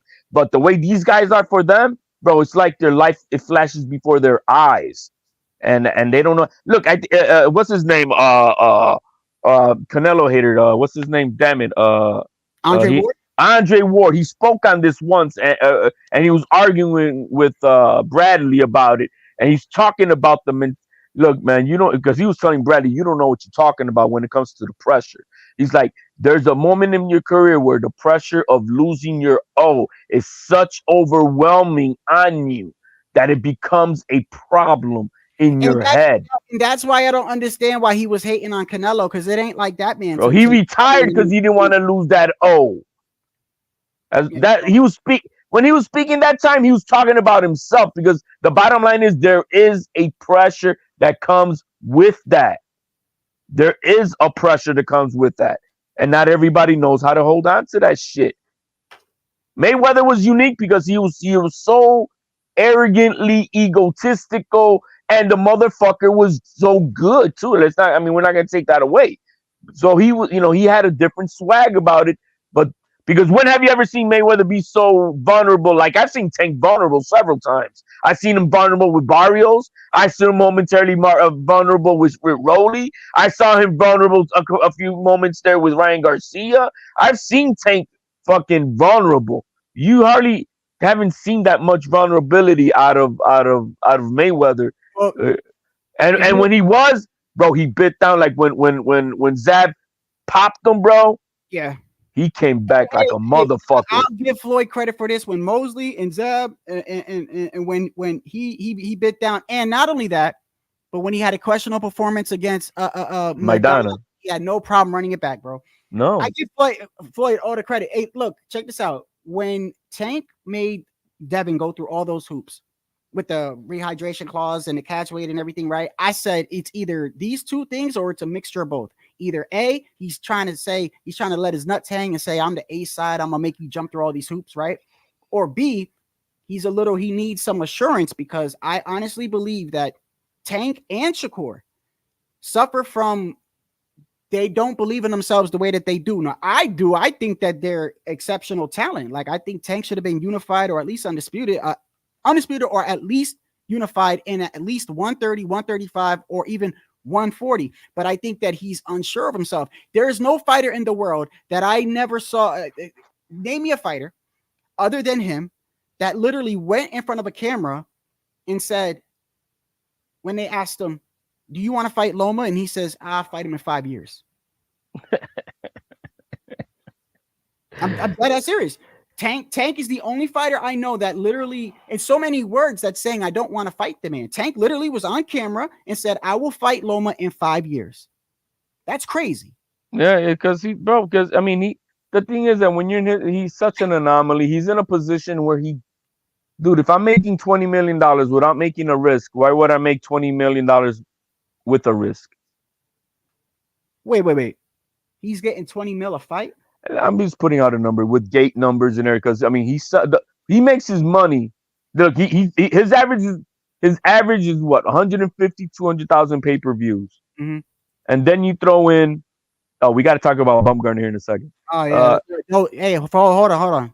Don't be talking about my girl like that, bro. So I'm No, giving man, you. you can't talk about it without speaking about Bobby, Tommy, Crazy Leg. But go ahead, bro. I saw a tweet today and a response by somebody with Bumgarner that had me laughing. Hey, that's my She girl, bro. puts on she goes on Twitter and she goes, how do I mute Diddy? Because she's I guess because all the Diddy they rated him and it's all over the Twitter. She wants to mute Diddy, and in the comment somebody said, "Ask Devin, Ask oh Devin. ask No, Devin." they're not gonna listen. That shit right there that came out. Because he saw the Diddy and pool picture with Devin, right? So they're like, "Ask Diddy, bro." I was laughing, bro. But Frank Martin and Tank. I think it's a good fight. I got him beating Frank Martin. But you know what? I was watching a little bit of Frank Martin's past 3 fights. I know his last fight was lackluster, but I saw a couple of his fights, and you know what I find interesting about him is the way that he goes, his defense, and I saw someone talking about this. He's got a way with his defense is good in a way that somebody broke it down perfectly, but he goes to the body. He's got this body shot where he throws it and he doesn't even look like he's in position to throw it. And he throws it all the time. Like, okay, I guess the best way to explain it is, you know how Canelo has that body shot where he looks like he's going to do a hook, but then he actually goes to the body. yeah, It's almost like that almost. But I looked at him like, damn, that's pretty useful. I don't think he's garbage. I just don't. I think Frank is a dog. Let me put it that. Frank is a dog. He's just not. He's not elite skillful. Let's just put it that way. He's not. And there's levels to this game, and he's a B- fighter. All right. So what if he was to fight Devin? I think Devin absolutely beats the shit out of him. Okay, Devin versus Shakur. I think Shakur beats the shit out of Devin. Devin versus Tio. Tio by knockout, 9th round. Tio versus Matias. No, wait, no. Tio versus Matias. Tio versus Matias. That could be a 12 rounder or Tio late stoppage. Tio catches him. Hey, you can't say. Look. I would go for Tio against Matias too. But I'm sorry, Matias versus Devin. Matias. That would be an interesting fight to me. I think Devin Haney's gonna be running for his life.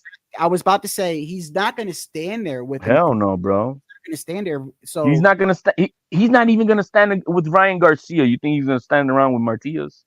Oh, matter of fact, who do you have with Ryan and Devin, by the way? I got Ryan Garcia by 12-round decision. You got Ryan or Devin? I'm sorry, Devin by 12-round. Did I say Ryan? No, I said. Yeah, no, you know what I meant. I got to correct you because everybody that I have been watching, and I don't understand why. I really don't. Maybe, I don't know. Every channel, for the most part, that I've watched, literally is like, Devin's gonna, it's easy. I don't see him beating the shit out of him. I just say he's gonna win. He's gonna win like he won against Kambosos that first fight. I don't even think that. I think that's as good as that fight's gonna be. And the main reason is because I see Ryan Garcia. That kid is not locked in for fighting, bro. This kid is all over the place. This kid is look.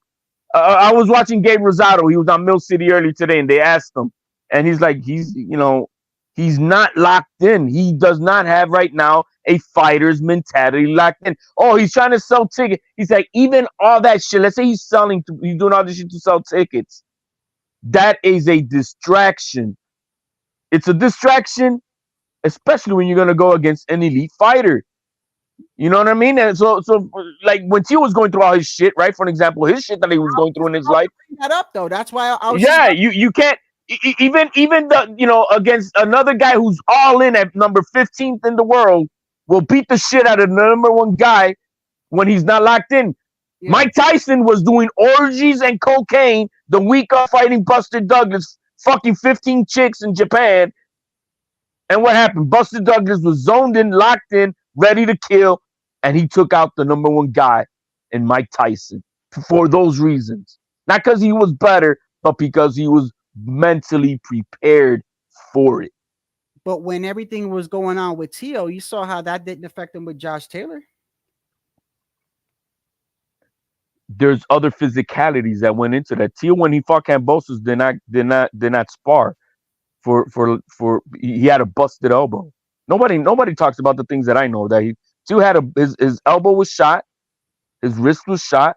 He wasn't. If you go back to, there was a plan when they were doing the mitts, when they're doing the open workout, and they started and senior said, bro, it was not even 10 seconds or so. He's like, all right, that's good enough. Because he couldn't. Was that on the night of the Kambosos fight? No, that I'm talking about the open workout that they were having. Teal wasn't able to spar for that fight, so Teal had all these other problems. He had an elbow problem, which he couldn't spar nobody. But even with all that HOD, I look at it like this, bro. If you know that you have an injury or you have all this stuff and you choose to fight, then when you don't got no money and you got to pay the bills, bro, that's what you got to do. What you got to do. Well, he did, but but that's not what we're talking about. Afterwards, but that's not what we're talking about. A second, hold on. No, bro, I fuck with. No, but I'm saying that's not the point. That whether he signed for it or not. First thing he said after that fight, oh, I won. What he said? I won 10 or 11. What he say? I think he said 10-2, and then his dad was saying 11-3 or something like that. And then Teal's father's in the corner, like, we're gonna get ice cream, Poppy. We're gonna get ice cream. Like, come on, bro. You gotta like. Well, that's all besides the point of what I'm saying is that Teal was not Teal and Ryan Garcia are two different circumstances. Two different circumstances.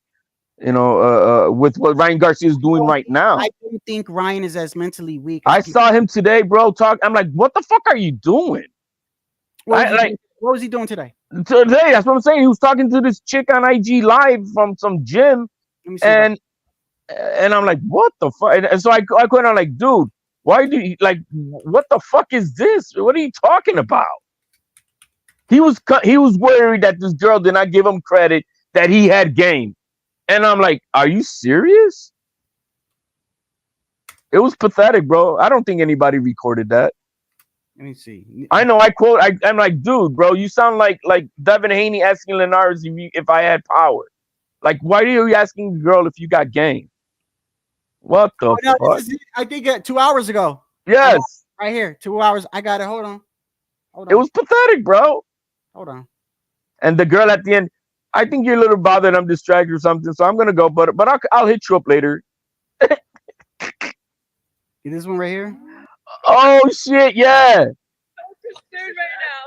No, it's getting spicy. I feel like I'm gonna go through a journey right now. Like now my mouth is like, it's getting hotter. Yeah. That's the one.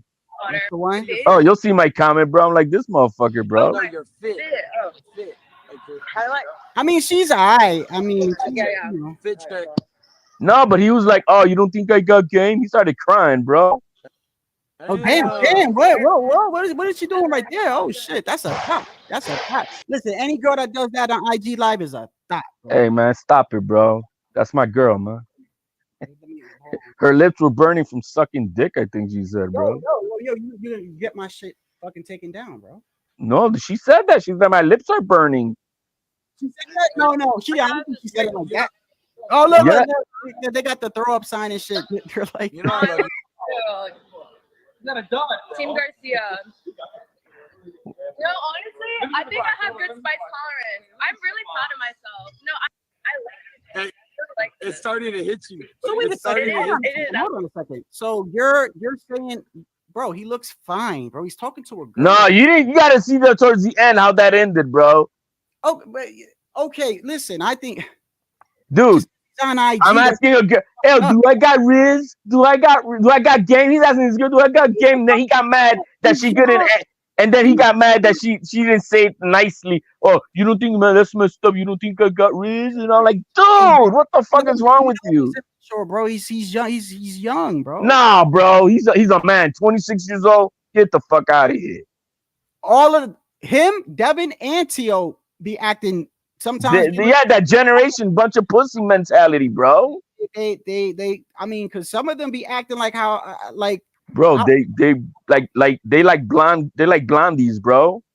Well, look, I still don't think, bro, that all this thing, even if, because you said it yourself that he's probably not even 100% serious with most of the things that he's saying. So even if he's doing it, which I don't agree with, but it's a distraction. How? Because you're not, because the only thing you're supposed to be eating, sleeping, and shitting is boxing when you're in camp. Period. But Ryan has always been like this with every fight, HOD. No, he hasn't. Yes, he has, bro. No, okay. No way. Yes. He didn't get this crazy until he signed the dotted line with Devin Haney. He wasn't like that with Duarte. He wasn't like that with Tank. He's always on live, bro. No, bro, not with all this crazy shit that he's doing, bro. You're talking about the whole Bohemian Grove. All that crazy shit he's doing, bro. That, but he's always been on live, bro. No, but this is over the top crazy shit, bro. Boxer, he's a what do you call it? What's the word? An influencer? I don't know. No, right. An influencer. He's gonna be on live, bro. That's what he does. Nah, but be on live and be a man, not a bitch. Somebody like Tank. Like Tank doesn't do all that shit. No, man. But if you're gonna, but it's eat, sleep, and shit boxing. I disagree with you on that. Bohemian Grove, aliens are coming. Right now he put out today, yo, man. I'm in the name of Jesus Christ, I'm gonna buy out a whole bunch of BBLs and shit. Any girl wants some BBLs, I'm giving out BBLs. He said that in the oh no. Jesus loves me.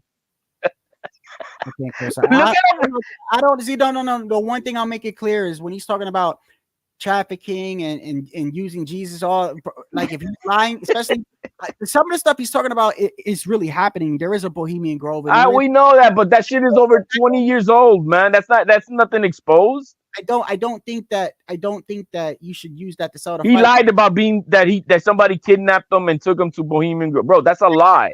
That's a lie, bro. Fucked up. That's a lie. And so today he's giving out free BBLs, man. For in the name of Semana Santa, bro, week of Holy Week. Yo, oh, what's going on, brother? All right, same old shit, different day, homie. What's up, Golovkin? What do you think about Ryan, huh? What do you think about Ryan over here? Like, hey, look at Bill's outfit, bro. Look at Bill's outfit. Right Yo, man, that's like 90s shit right there, bro. Video. Yeah, I be having fun with the damn thumbnails. Yeah, some of the thumbnails are creative, bro. I got the PBC sinking ship. It's not sinking fast enough. I got the Crawford snacking dinner. He was waiting for Keith Thurman to get cooked, and then Tio's on the side like, nah. What about me? And then Boots is over there like, what about me? You know what I mean? And this is the one where he hit Tio, and Tio was just smiling because he just kept running.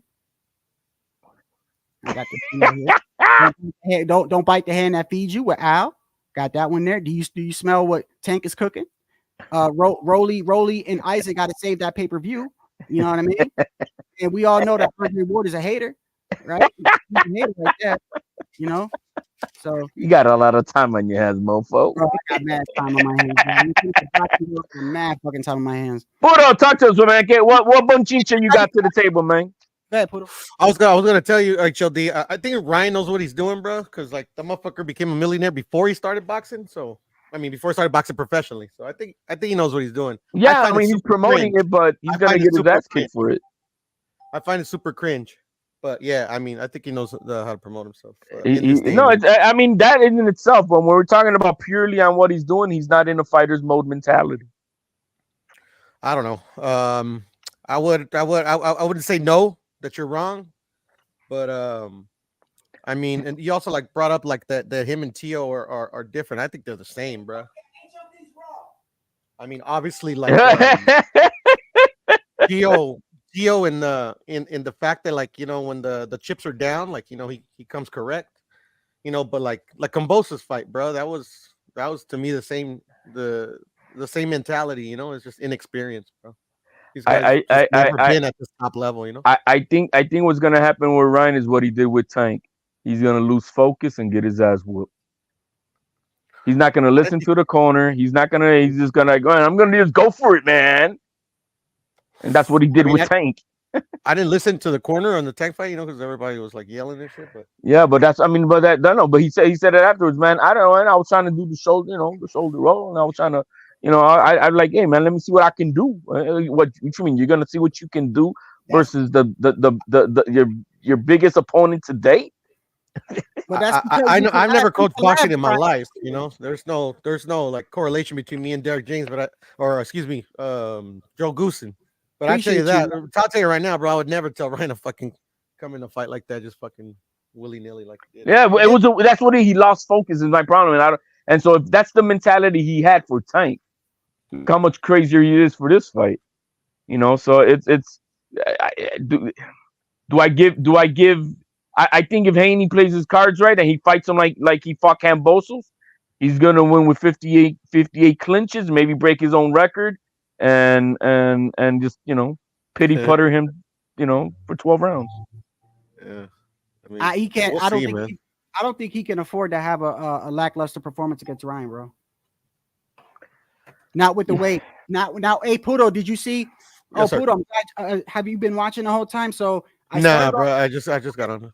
I started off the live because if you remember the past couple of weeks, every time you've been on the panel, HLD, even G Funky, whatever, I've been going to the arenas checking out the tickets, and because I just felt like, I'm like, damn, it's not selling. And then it was on, you know, one of the, I think with Boxing News 24 or one of them or whatever. Now they're talking about that it's not selling. Hold on one second. Got somebody on the panel here. Yo. What's up, Shadow? Oh, what's good, my boy? What's going on? What's up, hey, man, before panel? you say anything, you know everything's all good, bro. You can say whatever you want. Yeah. I didn't think anything was bad or wrong. Take it clear. Oh, go ahead. Yeah, it's cool. I'm not on no fuck Shadow Ghost hype. No, man, it's all good, bro. You're just a racist fuck, bro. That's all, man. Fuck Shadow Ghost. I tried to hide it, but you know. It comes out. What do they say? Your hood is off. Oh, the hood is off now. So what you think, though? What you got to the table? Look, man, I tried to defend all these guys. Ryan, Tio. I tried to defend them. You know, when they had Tio saying, "Do I still got it?" I believed he was trolling, because that's what he said. He said he was trolling, and I was like, I don't think he would say that, but people were adamant that he really said that. No, so I'm trying to go ahead. Didn't he say that when the camera wasn't on him? HOD? No, he said he seen the red dot. Remember, he was like, "I seen the red dot. I was just fucking with you guys." So yeah, he's probably he was just messing with people, but people took it all. Oh my God, he's questioning himself. I was like, bro, he's gonna come back. He's talented, and he's gonna and he did. He proved everybody wrong. So same with Ryan, man. I try to defend him. He's just selling the fight, but it's getting hard to keep defending that. Well, to me, it's not so much about defense. It's just like there's got to be a point where you're locked in, and that's it. No more fucking around, and you got to lock into your fight. And just like anything in life, bro, if you're gonna try to do something, this is me, the way I did it. If you're gonna do something in life, you got to be 100% committed to it, 100%, mentally, spiritually, and physically. And if not, the other motherfucker who is gonna eat your candy, and that's just the way it is. And so you got to be locked in, and I don't think he's locked in. Well, just one more thing. On the flip side, though, you know, Travis, everybody knew he was. Is it me or is it your microphone is kind of shot there? Can you hear me now? Yeah.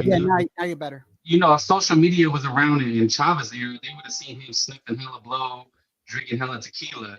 You know, I mean, Chavez was known to party. It just we're in the social media, you know, era where people you're gonna be on camera somewhere doing something wrong. Well, John Jones from the UFC said, and I believe him, bro. Like, I don't know why, but he said that he did coke every weekend before the fight. What did he say? He said He felt, bro. He admitted, bro. He told Cormier, I beat your ass while on coke. right. No, he said I would do coke and get drunk the weekend of, because if I lost, I wanted to tell myself that I lost because I wasn't 100% because I had a hangover, or you know what I mean. That so he would purposely put that in his, and that goes to show you the pride of some of these fighters. And let me ask you, Pudo and Frank, since you're on here. So we were talking about the I brought up the Tank fight, the Tank at Martin fight, and I said that I think, given the situation, because they were talking today, like I said, not going all over the place, but I saw another, I don't know if it was in regards to PBC or whatever, but I know Gilly the Kid and some other people were on there, and they were talking about Rolly and Cruz. So they were going back and forth there.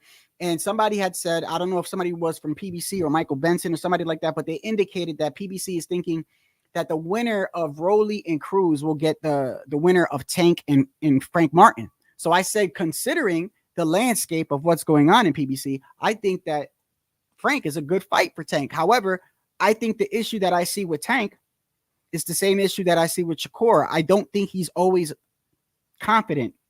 Like the whole shit with Ryan, with the whole, you know, the clause and everything that he did with him and everything. And there's certain times where I think, like, I think Tank should have been at least unified by now or undisputed. I think he has doubts in himself. He openly said on a microphone, like, I'll fight Loma in 5 years. You know what I mean? So it's like, I don't think he's always been confident. And just like Shakur, I don't think Shakur is confident when he fights anybody that has power. You know, I don't. And I think that when he fights somebody with power again, he's going to do the same exact thing he did. But anyway, let me ask you, do you think that Frank Martin and Tank is a good fight? I don't think it's the best fight they can make right now, but what else were they going to make? It's a good fight. In my opinion, it's a good fight. It is a good fight. Frank Martin is a good fighter. He's not a bum. I mean, he's not a bum. He's probably better than Camboso, right? I want to know what y'all think about that, because I know some people are going to say that they're going to say that's a cherry pick. That's not an easy fight. That's not an easy. He's not the champion. He's not the guy we want. The other champions of the division are Shakur right now. Right now, Shakur. Navarrete could be a champ, and Loma's probably going to be a champ. PBC though, right? I mean, Shakur is with top rank. Is Frank Martin equally as good as Duarte? He's probably better than Duarte, I think. I would pick him over Duarte. Yeah. You would? I think I would have Duarte against Frank Martin. I think that'd be a good fight. It would be a good fight. Would be a good fight. That would be a good fight, but I got Duarte.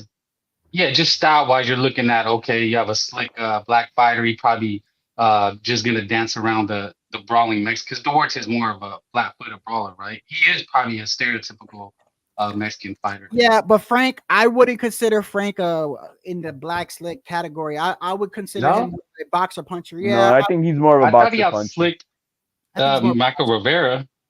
That was more of like a chess match. I mean, people thought it was going to be a banger.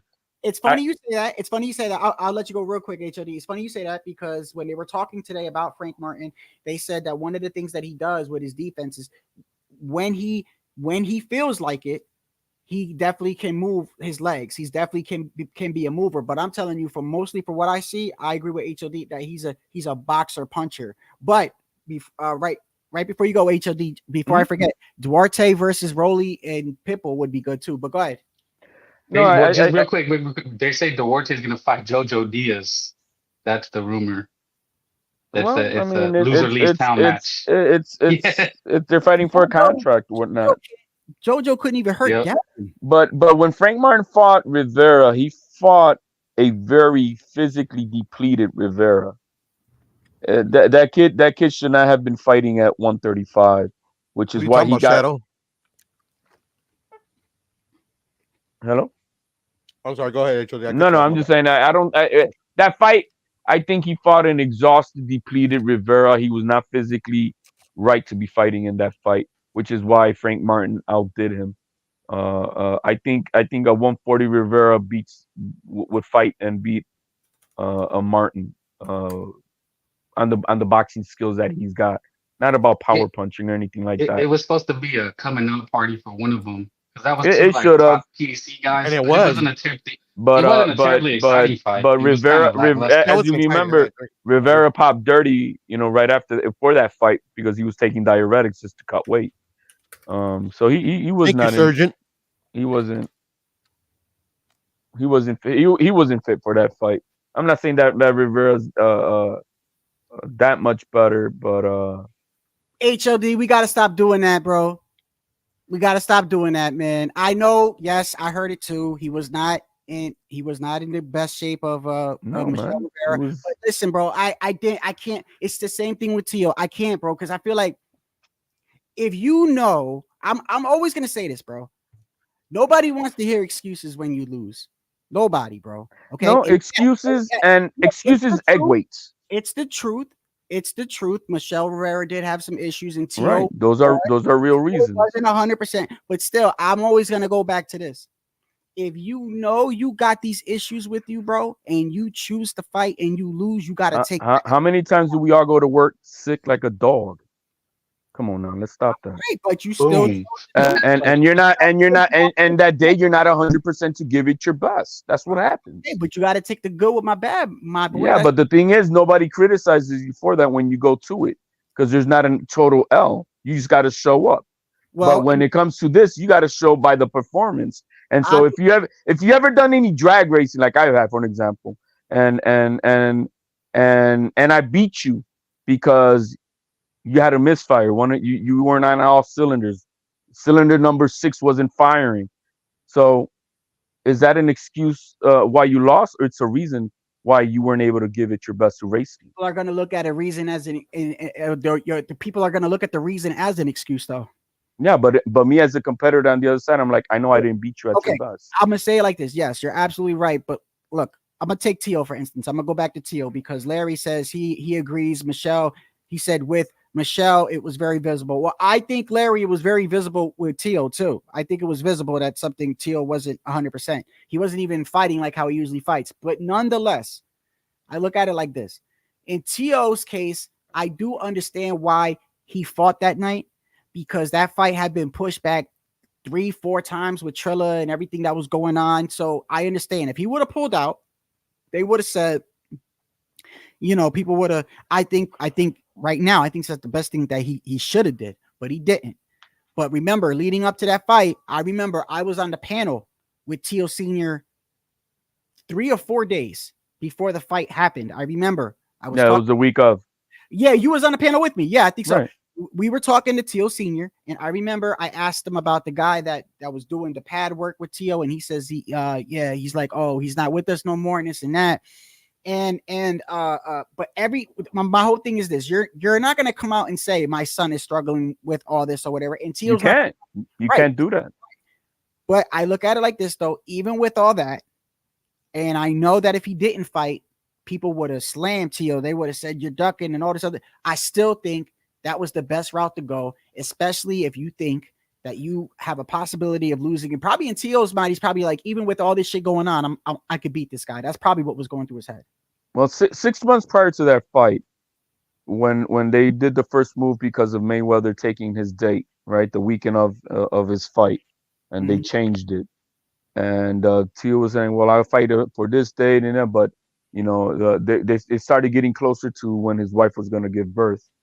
And it was about it was about 5 months prior to that where I was just telling Tio, look, bro, if it gets down to that, because they already had canceled it several times, even at this time that I was like, bro, for nothing, drop the belts, for nothing in the world should you miss the birth of your child.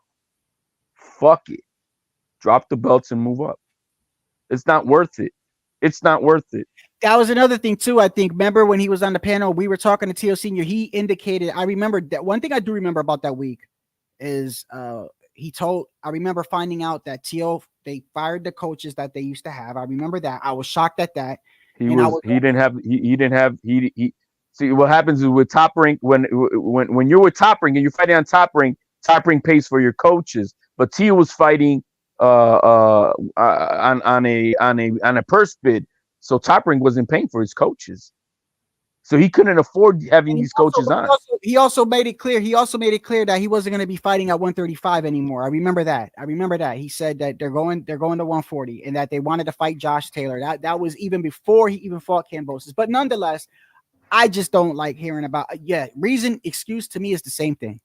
When he caught COVID, he should have just said, "Fuck it, I'm not going to fight at 135." That's what he should have did. He should have in June of that year. He should have said, "Fuck it," and let me go to 140. He also made it clear he wants none of that Barboza smoke. Barboza's trash. He ain't nothing for Tio. Nothing to bring to the table. No, he wouldn't. No, he wouldn't. Hey, yo, hey, Puro told me, hey, listen, Puro told me that say his name again. I can't believe it. I just got a brain freeze. Arnold. Yeah, Barboza. He told me, I don't know if he was trolling.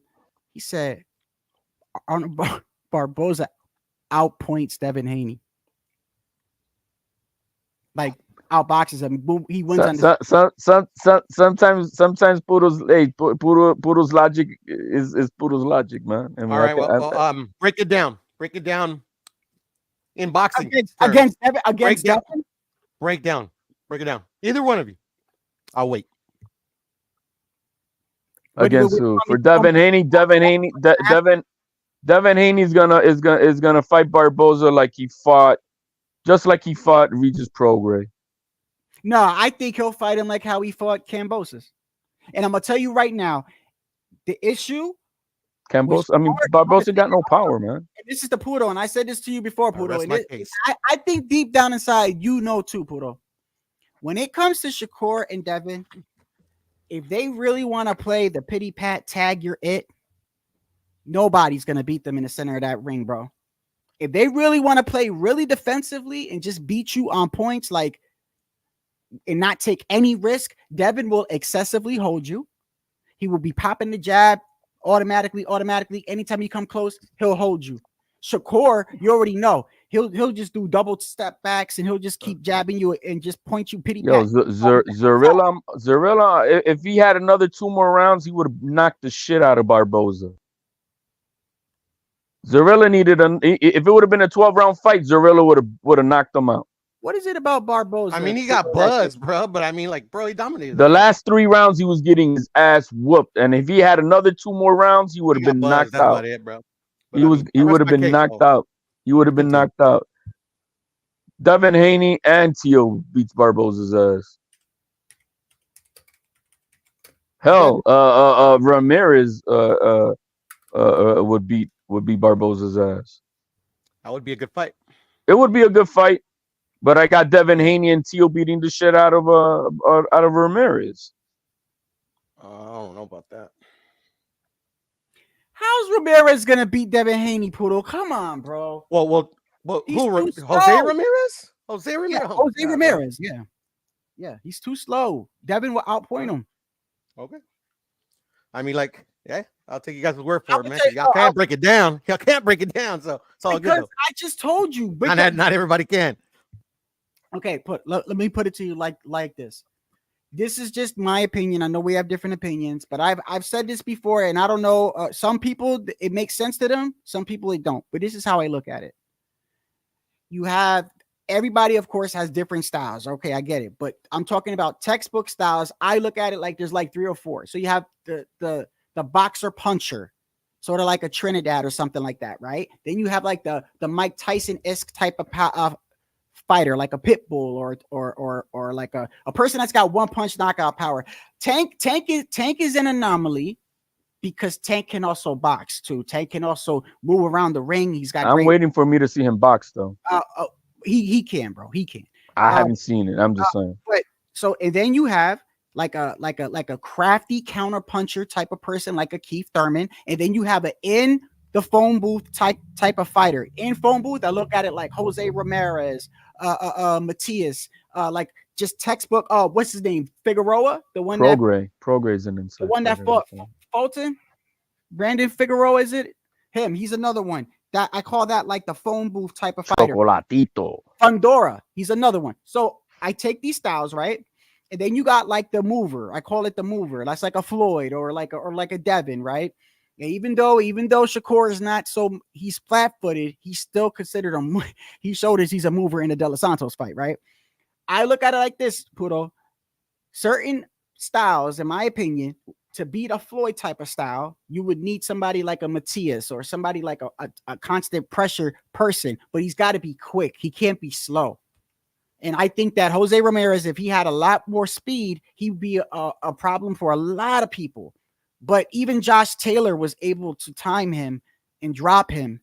And Josh Taylor, to me, is not the fastest type of fighter. I mean, T.O. picked him apart, bro. Fair enough, bro. Well, I broke it down, so I mean, go ahead, your turn. Hey, like I said, fair Oh, enough. how do bro. I do? Okay, oh no, back to You you. win. I just think that the only type of fighters that could beat Devin Haney, Tio, and Tank are somebody else who's gonna be equally as athletic, or have to be more athletic.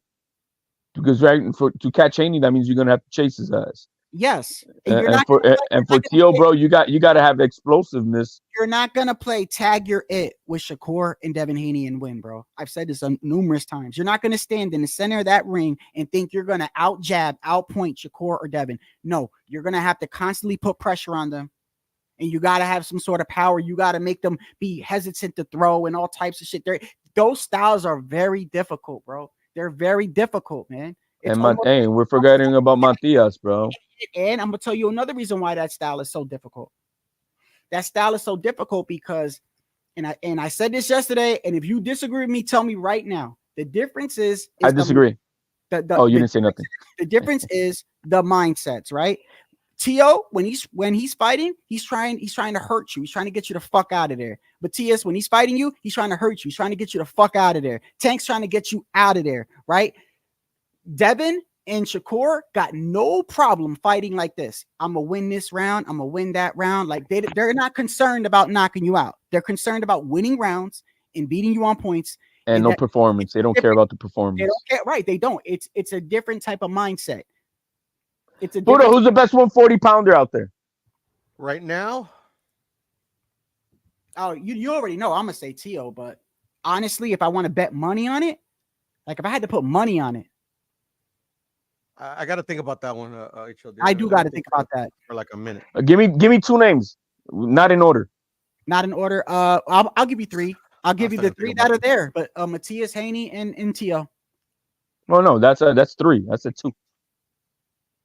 Because Budo said he couldn't give me one name, so I'm like, give me two names, not in order. Still got to think about it to give you two names. I think the easy shit, man. That's not easy to pick who's a best. And look, as much as I criticize Devin, I want to make it clear it's not easy to beat him or Shakur because, like I said, they're not concerned about knocking you out. They're not concerned about their performance. They don't care. As long as they win that round, they don't care if they pity pat you to death, bro. I got Tio, Matias, then Devin Haney. I always forget about Lindolfo Surgeon. Yeah, Surgeon will fuck up all them boys, bro. He's not gonna get no fights, bro. Ever. But when you say 140, you're talking about the top guys at 140, right? Or are you talking about the whole? Yeah, who's the best? Who's the number one guy at 140 from his Tio? Oh, because there's another person in there that you could throw in there that almost has a similar style like that and fights like that, and that's Richardson Hitchens. No, I don't got him nowhere near. Another one that will do. He's a dark horse. He's definitely a dark horse. He's another one that he don't care. He will pity pat you, bro. He don't care about knocking you out. Well, yeah, I mean, look what he did with Zepeda versus Nothing. versus what Zepeda did this past weekend. You know what I mean? So I don't get Hitchens is not on my I don't have him like no top dog. He's not junior, bro. He's not. I think Shakur is getting a bad rap because out of his last 6 fights, he's had 2 performances were like right, which was the one with Nakatili, and this last one where I don't know if you guys seen the video, but you can see his hand is totally fucked up right before the fight in the locker room. He just sucks. But besides that, I mean, he beat the shit out of everybody up in the ring. He was in their middle with them. And let's not forget that Shakur Stevenson beat the fuck out of Oscar Valdez, and I saw Poodle go on live and burn Oscar Valdez shirt.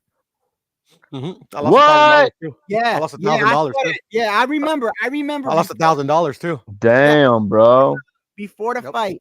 Ain't the first time, ain't the last time, bro. But Poodle was going around saying like, yeah, Oscar Valdez is gonna beat Shakur and this and that. Of course, truth is still the truth, bro. Shakur sucks. Then after the fight, bro, I saw Poodle turn on the camera, put the fucking. You know, I think I'm trying to remember. I'm trying to remember who I had for. I think I may have. Oh man, who did I have for that fight?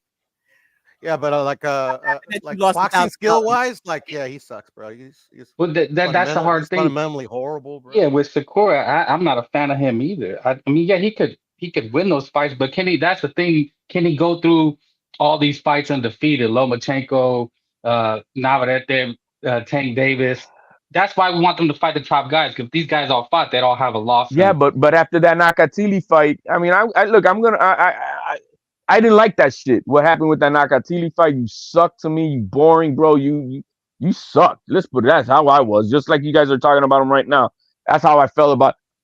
But he kept his word right after that fight. He promised he was gonna. And guess what he did after that fight? He beat the shit out of everybody after that fight until he got into now with De Los Santos. But for the past 4 fights after the Nakatili fight, he was smoking everybody. And it was inside the pocket. I'm banging with you, and you can't hit me while I'm standing in front of you. I love that. In the nuts and shit, fucking tackling to the floor, bro. Yeah. Tackling who to the floor? He's so skilled. No, but a lot of people get it twisted, in my opinion. That Shakur fights that way because of power punches, this and the other. No, he fights that way because he doesn't know any other way. He doesn't like getting hit, bro. Hold on, no, we talked about this before. Hold on a second. Listen, you don't like Shakur because he beat the fuck out of Oscar Valdez. Let's make that clear. No, that's not true. Okay. No, because he lost $1,000, bro. Okay. No, that's not true either. I actually was a fan of Shakur, until he became an asshole. But that's not here nor there. I'm just speaking strictly on his skills. He has no skills. He's very poorly skilled. He does not fight like that every fight. Because look at how he fought Oscar Valdez. I never said he fought like that every What fight. Did you say? He's got one day he sucks. I said he sucks. Who's he gonna fight next, bro? Who's he gonna fight next? People say that he's leery of the power. That's why he fights that way. He's like, no, it's just because he doesn't know how to fight any other way. Oh, in regards to his power? No, not his power. No, I'm talking about like people think that like he fought the way he fought Nakatili and the way he fought De Los Santos is because he felt the power and he just didn't want to engage. No, I think they're wrong. I think he fights that way because he doesn't know how to fight any other way. But that doesn't even make any sense. But didn't he hearing Valdez and Cal differently? Yeah, he beat him. He beat him. Yeah. It doesn't make it, but he didn't fight like that when he fought them. So how is he only fighting one way, Poodle? Come on, Poodle. Because like if you break down those fights, like with Oscar Valdez, there was like a lot of fouls that he did in that fight. Like he never like literally like chances where he had Valdez right there to make him pay, he wouldn't. He was just literally like Joet, like watch the Joet Gonzalez fight. That sums up his skills to a T. So you're saying his true colors are still to be exposed. I mean, they already been exposed twice, but I mean, well, I mean, 2 performances out of. I know what I'm looking at, bro. I know that fight with that Nakatili fight. I was like, dude, you could have. He has no jab, bro. You should have knocked him out. His footwork is atrocious. I mean, but the way he was taught was it's kind of like remind me a lot of Andre Ward. He knows how to skirt the rules to win a decision. But Andre Ward was like way better than him because Andre Ward didn't have to do that all the time. Hold on, hey, so if he fights Murataya next, who you got? Murataya. Hold on a second, Pudo. I mean, HOD. Hold on, Pudo. First off, Shakur, you're talking like he's a trash fighter, bro. He's not a. He is a trash fighter, bro. He's not a trash fighter. He is, bro. I mean, that's my opinion. At the end of the day, that's just my opinion.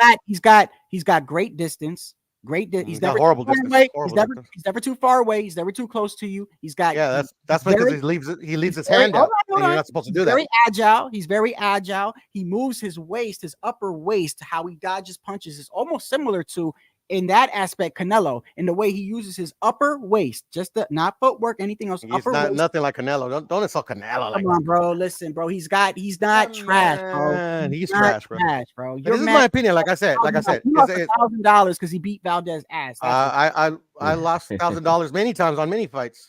That's not doesn't mean anything. Okay, well, you think he's trash, but I just don't understand. Yeah, this is my opinion, bro. I don't This is my understand. opinion. I don't understand how you could look at him like that now, even though the styles are different. You gotta know what you're looking at, Shadow. That's all. I don't But know if how he's trash, I'm not saying that you don't. Hey, I'm just saying if you gotta Shakur is know. trash, then that means Frank Martin is like garbage juice Why? because he's nowhere near the same skillful as Shakur. Not even close. Nah, he's better. He's more better skilled in my opinion. Frank Martin. Man, you trolling like a motherfucker, bro. I'm not trolling. Look at Frank Martin. Frank Martin reminds me a lot of Mikey. You know, like Mikey was not like he didn't do anything elite, but in the when it came down to fundamentals, he was just like excellent at all the base fundamentals: defense, offense, footwork, head movement. You know. Yo, none of my subscribers like Shakur, bro. None of my subscribers like Shakur. Yeah, well, Shakur's a fake, bro. Shakur's a fake Puerto Rican. What? I mean, that's who's saying that? OG Blaze. But that means Uberlanga is Canal Street. I was just about he's Canal Street Gucci, bro. Hey, check this out. They get on Shakur, right? But yet they're like, when I'm getting on Berlanga, they're like, Shadow, chill. Berlanga's that guy. Yeah, bro. Berlanga is Gucci. Is Canal Street Gucci, bro. EJ, yo, Berlanga. Yo, Berlanga is Canal Street Gucci, bro. Bro. I don't really care about Berlanga. Berlanga is like I said, man. Berlanga is Canal Street Gucci.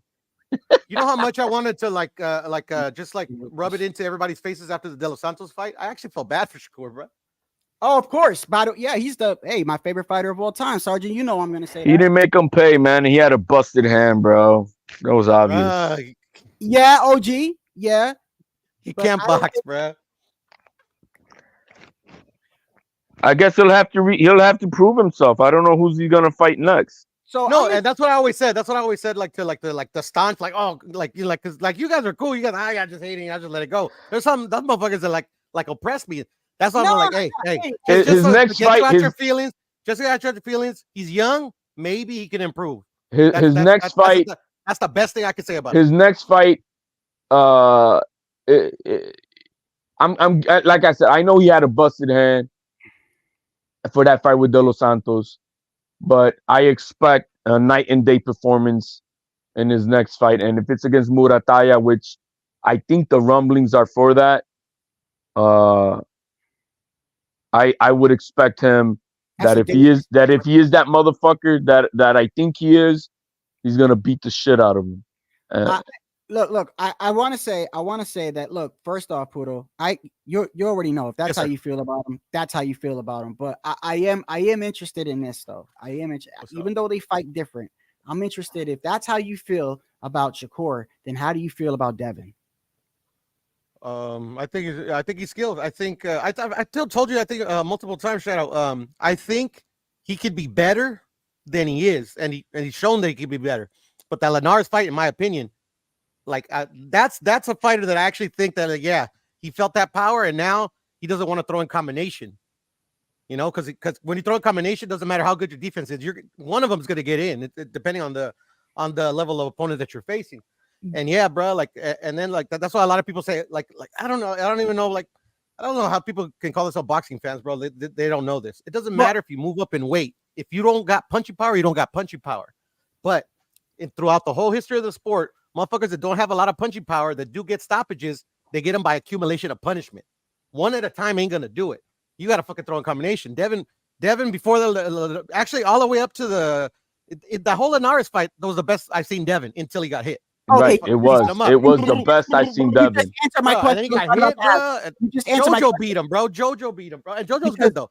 And Jojo's also like a stylistically. Anyways, go ahead. Because one of the questions I was gonna have for you is, are you saying that he was only hesitant for the rest of that fight, or since then? No, since then. Since then, it's been Since one at a then. time. One at a time. Look, That makes Kambosos. sense. Well, I he thought was gonna bit stop down. He Kambosos. bit down I thought he versus was gonna JoJo though. He bit down with JoJo, Yeah, he almost got knocked out. but he bit down. There's, like he wasn't. No. Yeah, but I still thought he lost. At the end of the day, they gave it to him. Whatever. Everybody says I'm crazy. I thought he lost. It was a close fight.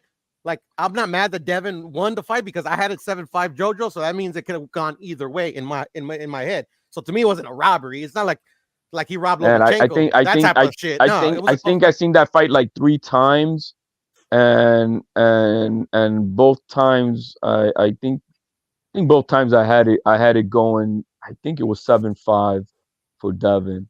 I've seen that. I saw that fight 20 times, HLD, because Yeah. I wanted to just prove to myself that I wasn't tripping. Because sometimes, No, in but your it was head, a good fight, bro. I think that it was a really good fight. that was, I think, today, up to before the Lomachenko fight, Jojo Diaz gave Devin Haney the toughest fight of his career. Yes, that's true. And then the fight they had with Linares, right before that, the end of the 10th round, I'm like, damn. I mean, he at least he's trying to put it on. He was at least trying to put it on, and I even though he wasn't hurting him, I'm like, damn, but he's trying. He's trying to hit him with everything in the kitchen sink. He just can't hurt him, but he's at least beating the shit out of him. I was like, okay, let's go. And I think that chin check that he had, that's why he didn't go after Regis. Any normal fighter probably would have knocked him out. He had Regis for the knockout. Yeah. And Kambosos. Yeah, Kambosos in the second fight for the knockout. and he's hesitant of getting caught. He's scared. Hey, that's He got funny. caught. He got caught versus Kambosos. A lot of people didn't see it. Hey, In what round you thought he got caught? I think it was the 9th or the 10th, bro. Like, watch. I don't know if it was a members only live or whatever, but I was on Mark's channel watching it and shit, and he saw it too, bro. Like, but Devin, that's what I'm telling you, Devin's got a chin because he got wobbled, and then like literally maybe He's got dog in him, man. He recuperated. Hold on. Yeah, call it dog, whatever. I never use that dog term. Hold on. Hold on. The way that you said that, and when I look at it, yeah, it makes sense that because he was throwing a lot of the way he was fighting in the beginning of that Linares fight and the way that he fights now. But I also think that Devin has been evolving. But this is interesting because the way that people are saying, like, okay, so you're saying you're saying that's an example of when a guy gets hit and is afraid of power, right? So he changes the way that he fights, right? Well, I said the same thing and people disagreed with me. I said the same thing with Rolly. I feel like Rolly, ever since he got knocked out by Tank, he doesn't commit the way that he usually commits. Okay, yeah, that could be the case, but I mean, like, he has trash skills, so it doesn't really matter. No, well, see, that's what I like about Teal's not scared about getting hit. My point is, do you agree with that? Because if you agree with that, then that would make sense with what you're saying with Devin. Because when I do look at that, no, of course. Yeah, when you put it that way, of course, yeah, I agree with that. I do remember when Devin was fighting Linares, the beginning of that fight, he was firing combinations off like a motherfucker, bro. Footwork was on point, man. Everything was on point. Bro, I don't know if you heard it right before the Kambosos fight. Like, everybody thought Kambosos had a shot because they hadn't fought yet.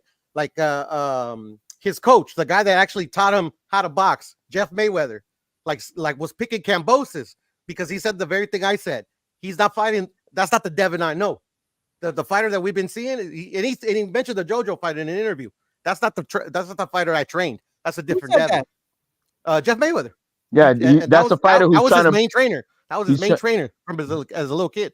That Devin Haney is. I'm trying to prove you guys wrong that I can punch, and that's what he was trying to do with Linares. That's what he was trying to do with JoJo. He was trying to get a knockout, man. Let's put it that. He was trying to get a knockout. He can't get it. The last knockout he had was a fucking shot from Pacoima that he threw. Yeah, bro, that was 5 years ago.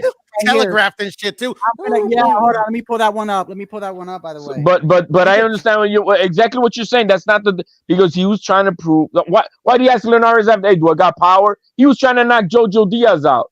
And credit though, that was the wrong guy because nobody's knocking out Jojo Diaz, man. That motherfucker. I mean, he took a beating from Zepeda. Over 1,000 punches landed, I think it was in that fight. Ain't nobody stopping that. If there's anything JoJo died, bro, is that fucking chin. He's not getting knocked out. Where is it at? Hold on. Where is it at? Right here. Hold on. But No, I agree with We're what you guys' talking point. Antonio Moran. That's who Yeah. we're talking Yeah, about. Moran, yeah. Antonio Moran. Okay, hold Yeah. on. And he wound up for that shot from fucking literally mid ring and shit. yeah, it was a knockout of the year, by the way. Yeah, it was. It was. But It was nice. It was a nice knockout. I ain't gonna lie, even though it's Taylor. It was like a cafeteria punch, man. Like, you know that I'm gonna hit you. Right now, Haney He versus was out McCann. before he Remember, even hit the floor. bro, that was the biggest wind up punch I've ever seen in my life, bro. Yeah. That's always like he might as well just like, you know, when like you're turning a reel, like you might as well that shit was long. Imagine him throwing that type of punch to Tio. I don't know how it was like Happy Gilmore as a boxer. Yeah. Bro, it was nice though. I ain't gonna lie. It landed. It was nice. No, bro, it was an explosive knockout. Boom. Here it is, right here. But Buenos nachos. how do you see Devin Haney fighting Ryan Garcia? It all depends on Ryan. I know what I'm gonna get from Devin, bro, but it all depends on Ryan, man. I mean, Ryan's gonna be Ryan. Ryan's coming forward, and that's it. Okay.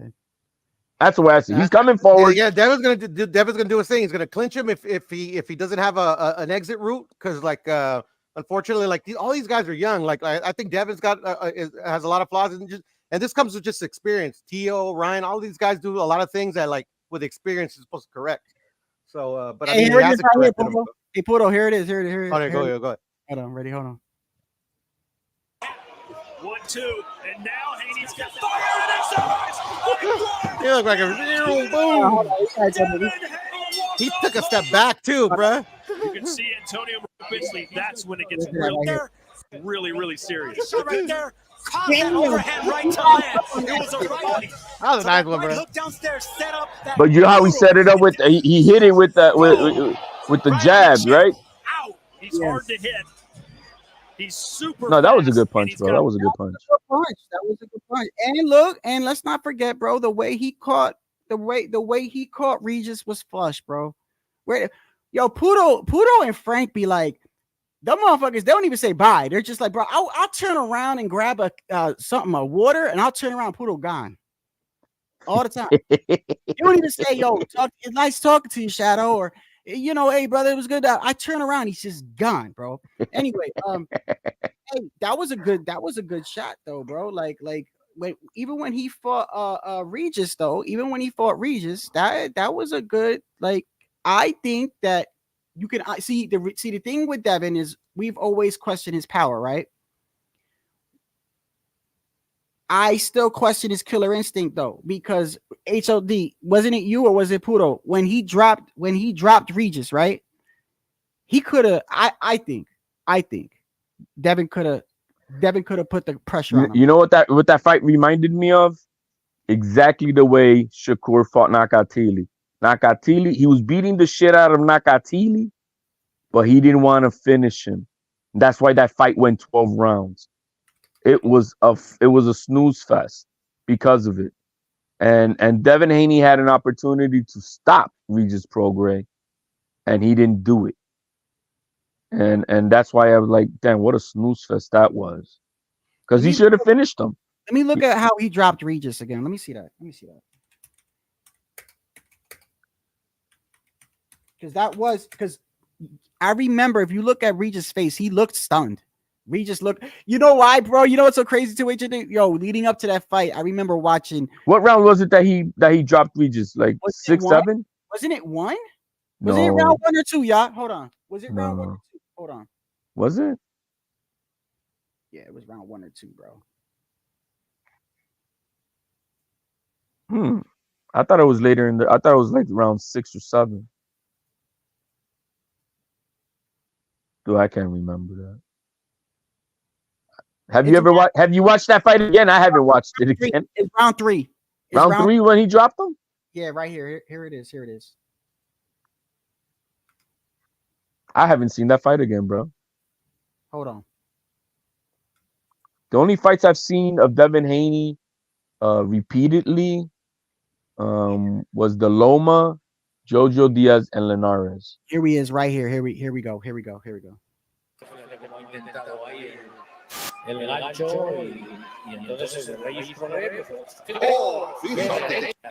what is that echoing, bro? Porque es muy listo, barra, es muy bueno. Was he off balance when he hit him, or that was a flush? Nah, it's a El clean shot. gancho y entonces el rey corre. Yeah, that was clean. Yeah, that was flush. Clean. He even got up. That reminds me of the way Teal got dropped by Cambosos, man. He acknowledged it, bro. He acknowledged it. Like, yeah, he got me. He got him. Yeah. Teal did the same shit. Yeah, right. Same way. Yeah. Hey, look, man. You know what you're made of when you get dropped, and this is why I say that as much shit people give Ryan, other than that body shot with Tank, when he gets rocked or he gets hurt, he gets up, he moves forward. Tio got dropped. We saw yesterday when we looked at it again, he went forward. Who else was it that when they get Loma dropped? got dropped by Linares and came Loma, back up. The issue is with Devin is the little times where Devin did get rocked or whatever, he reacted in a way that I didn't think was he should have reacted. Right, he runs. Like, there's nothing wrong. There's nothing wrong with gathering yourself, bro. There's nothing wrong with gathering yourself and taking but Devin takes the next round off. Yeah, Devin took round 11 and 12 off after he got wobbled by Linares. Linares, we talked about this yesterday, right? Linares, when he got wobbled for the rest of the fight, which was only 2 or 3 rounds, he was holding, excessive holding, and on, I guess you could call it the bicycle, right? When Loma was piecing him up in that 10th round, he took the 11th off as well. So when Devin gets hurt and when he went back to the corner at the end of the 10th round, he says to his father, Dad, he figured me out. You remember that? Mm-hmm. He said, he figured me out. What did Bill say? Hit him with the brick, man. Hit him with the brick. Yo, Bill and T.O. Sr. be saying the most craziest shit. T.O. Sr. is like, hey, we're going to go get some ice cream. And then fucking Devin's like, Dad, he figured me out. Hit him with the brick. What brick, bro? He knows he got no brick. What are we doing here? He got no brick, bro. like what? I think Devin's like, hit him with the what? Hey, I know Devin was in the corner like, what? What you want me? I can't. I got no power, man. Dad, I ain't got no power, Dad. Hit him with the brick. I have you laughing, bro. Teal too. I know when Teal Sr. was like, we're gonna go get ice cream. I know Teal was like, what the fuck? Ice cream right now. Damn near dying in this ring. He's talking about vanilla ice cream and shit. Get him out of here already. Fuck him up. Yeah, get him out of here. Yo, Teal Sr. Teal Sr., bro, he's nuts. Hey, listen, this is why I fuck with Teal, though. This is why I was laughing yesterday, right? So look, I'm gonna go over this again because I found this hilarious. You know what's so messed up is that, I mean, I think it's good for boxing, but the whole Keyshawn Davis and Teofimo shit, when you really look back at it, he likes Tio. He respects Tio. He's always given Tio respect. He's always liked Tio. Tio out of nowhere went at that guy. The same way he did with Rolly. He came out of nowhere and said, fuck Rolly. There ain't no friends in boxing, which is correct, by the way. But he went at Keyshawn Davis, and he didn't even know why. And when I look at all, and then even after the fight, he said, I'm gonna show it to you now. He's like, yeah, they all run when they feel this power, and you can get it too. This shit had me laughing. Hold on. Where's it at? I got them all clipped right here. So here is where they're asking Keyshawn, like, yo, where does the beef with you and Tio come from? And I mean, like, Keyshawn is. I mean, look, Keyshawn's trying to make a name. Look, Rayo used Tio's name because they sparred together, so he was famous for sparring Tio. And so they're gonna use the name. Of course, you're gonna club, but bro, yeah. Here it is, right here. Look, this is him when they asked him, "Yo, what's good with you and Tio? Like why y'all beefing?" This is what he said. He mentioned at the workout, like, "Hey, he wanted a photo," and then he's calling me out. Did you ever call him out? Because I think that's where all this is stemming from. Nah, I never called Tio out at all. Yeah. I never called Tio out at all. He just mentioned the photo, and I was just thrown off by that because whoever asked him a question, they didn't mention me or anything. So him just bringing my name up, why I'm in the back of your head. He had said something to me first. When you guys went on stage. When he was sitting down reading his book, he did something slick and said something to me. So everybody can't tell that he's talking to me. Yeah. You know, smart dude. But me being me, I turned to him and I looked him in his eyes to see whatever he was saying was true. And he opened up the gate for me to start asking my questions and why you said this, why you said that type of shit. If I were to ask you, do you think you beat Teofimo? You'd be like, hell yeah, because I know how you are as an athlete. Yeah, thank you. Yeah. But right now, focus on Pedraza, bro. I'm not even gonna lie to you. Like Thursday night's gonna be a hell of a night when I'm in that ring fighting Pedraza. We not even. There he says, right? I'm focusing on whatever, right? Then after Tio had the fight with Ortiz, right? This is what he said. Tio's fucking nuts, man. This is what he said to him. At the end of the fight, I told him congratulations, and he said, "Yeah, man. When people start to feel my power, they get to running. You could be the next one." I told him the last time we was in the ring together, you felt my power. So yeah. Tio's an asshole. He went up to Tio and said, "Congratulations," and Tio said, "Yeah, you can get it too." No, it's on camera. No, that part is on. That part is. I'll send it to you, bro. When Tio told him that. Oh, hey. By the way, I don't think I showed you this. I've always said this. I think Top Rank is purposely biased against Tio. Oh no, yeah, that's not a secret. I got proof. Not okay. So, first off, I got a couple of things that alludes to that. Number one, the blood, sweat, and tear episodes that they have. 30 seconds of Tio only. That's it. Right. Loma gets like a half an hour. Big Bang Zang, they had like almost an hour, like 40 minutes on them, like going into their background. Tio, they gave him 6 minutes. Dude, right? I was waiting all day when that shit came out. And like, what the fuck? And then they didn't even really say anything in it. They just showed talking and like in the car and shit. It was so weird, right? So then also right after the Tio and Ortiz fight, right after that fight, they cut. I don't know if the next day when Top Rank dropped the after fight, they cut content out. And then a week later, they added in the content. And this is the content that they added in. Where is it at? Right here. So you understand? I damn well you gotta take that. If he didn't take that, he didn't come to take that. He didn't take it. I gave it to Lopez on some real shit. Jermaine Ortiz is a good fighter, but you can't run the whole fight and think you're gonna win. And so Tio tried to make it a fight. You can't make somebody fight that don't want to fight. That's how I see it.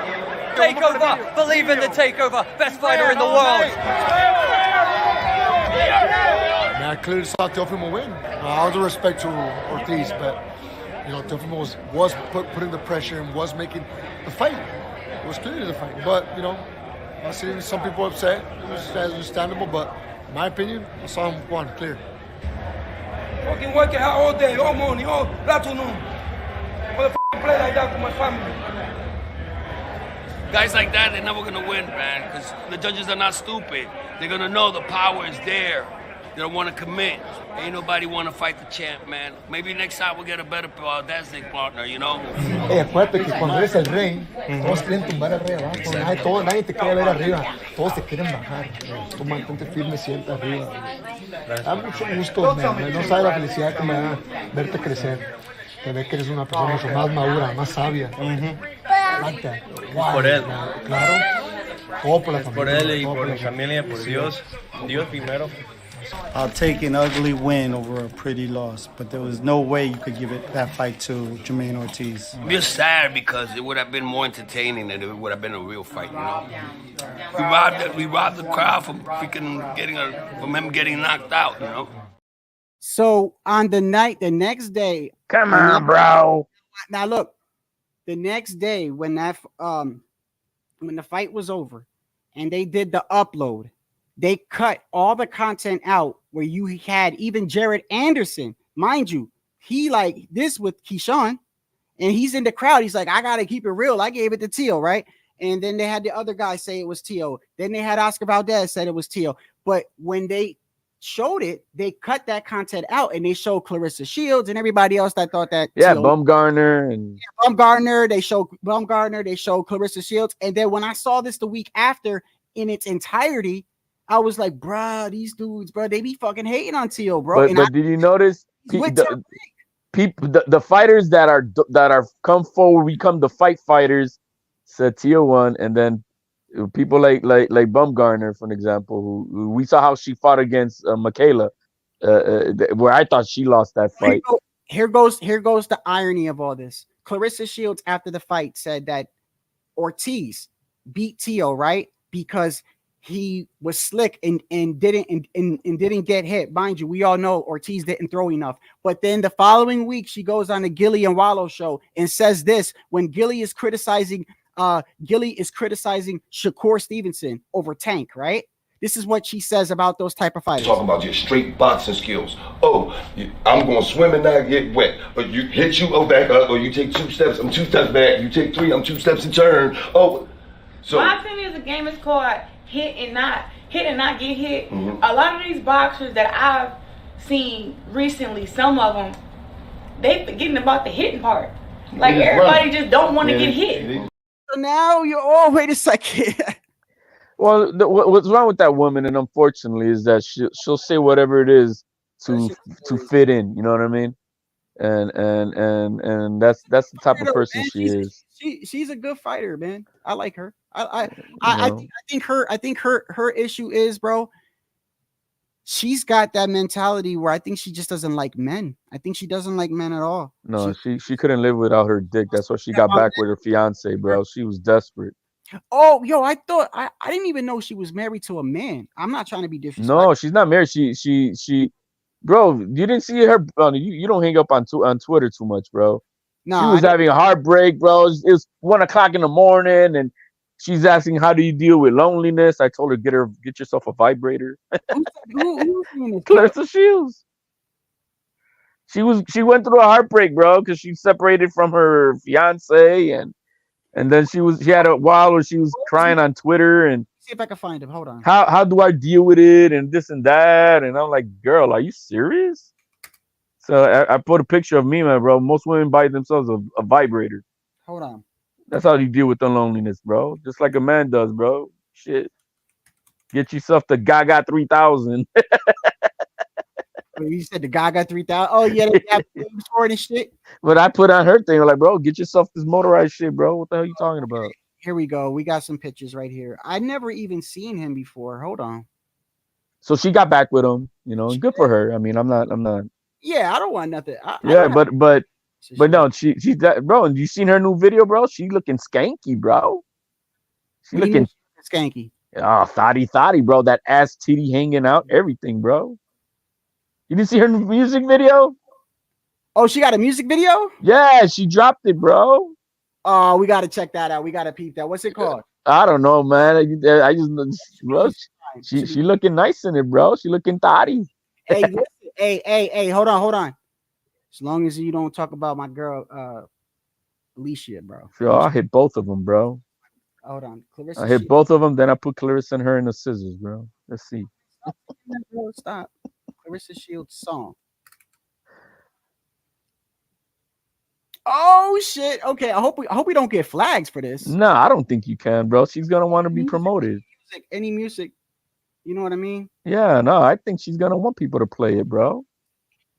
She's trying to be promoted. I'm gonna put the mute on just because I don't want to be. But it's she looks thotty, bro. I'm gonna show that part right now. I'm gonna show that part. Her problem is, you know what the biggest problem is? That the competition at her weight classes, there's just not enough people.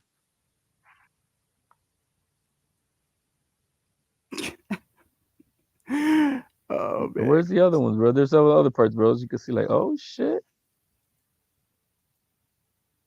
She reminds me. Oh, what the hell? You know what? I saw the making of it, and she looked more thotty than this, bro. She had tape over her nipples and everything. Hold on. This could be it right here. Let me see. When she gets in shape, like real shape, bro, she look good. Yeah, look, when Clarissa is in shape, bro, when she's like she was in her last fight in the MMA fight. Yo, man, that ass was hanging, bro. Like, damn. I'm with Larry though. Alicia is fine, even with steroids or without. Don't matter. Yo, man, she does not look the same, bro. I'll send you 2 pictures, bro. She does not look the same, man. She's pretty, bro, and I think she looked better without any enhancements and stuff because she's got a more natural female body now. She's puffy now. What is she? I think she's Korean. I think she's Korean and black. She's and you know what, bro? I kind of like, to be honest with you, AB. You should know not to say nothing to AB, man. Like, I mean, AB got no filter, bro. That man got no filter. Isn't it ironic that both of them initials are AB? Oh yeah, that is ironic. that is ironic. It took her a week for her to respond to that shit that AB did, bro. She came out crying. Everybody dogged her out. Shut up. Hey, was she really crying though? Well, she put out like a fucking whole epilogue of women's right, bro. She turned off the comments because everybody was dogging her. Like, shut up. You attack a man, calling him ugly and broke, and then you don't want nobody to say nothing to you. You had what you had coming. Same shit I was saying. She had to turn off the comments. Where is the that I had here? Hold on. Give me a second. Where is it? Yo, ironic, we were talking about Valdez. He's fighting this Saturday, man. Yeah. I got so much right now. When you showed him talking to Tio, I have so much profound respect for him, bro. He's a good dude. Valdez, he's a real good dude. Yeah, I like Valdez. I really do, man. He's a stand-up gentleman. And he's a fucking warrior, bro. I don't give a fuck how he goes. I got a lot of respect for him. And then I can't wait. The fight that I can't really wait for to see is Estrada and Yoka.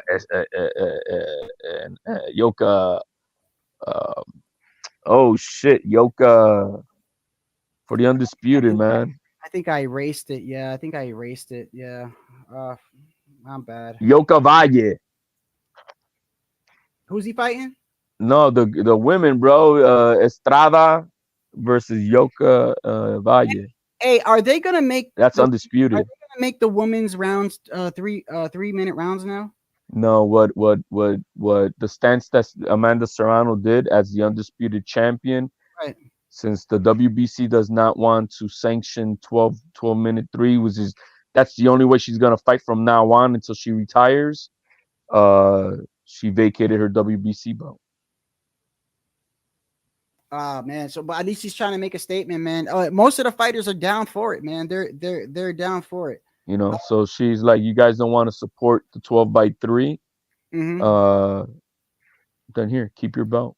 Do I have it here? Hold on. Do I have it here? I'm hoping Amanda Serrano is going to be on the undercard of the Jake Paul Mike Tyson fight.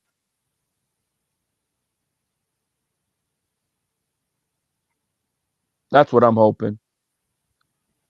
Against who, man? Hey, Bumgarner, you say you're not on roids no more, so you could.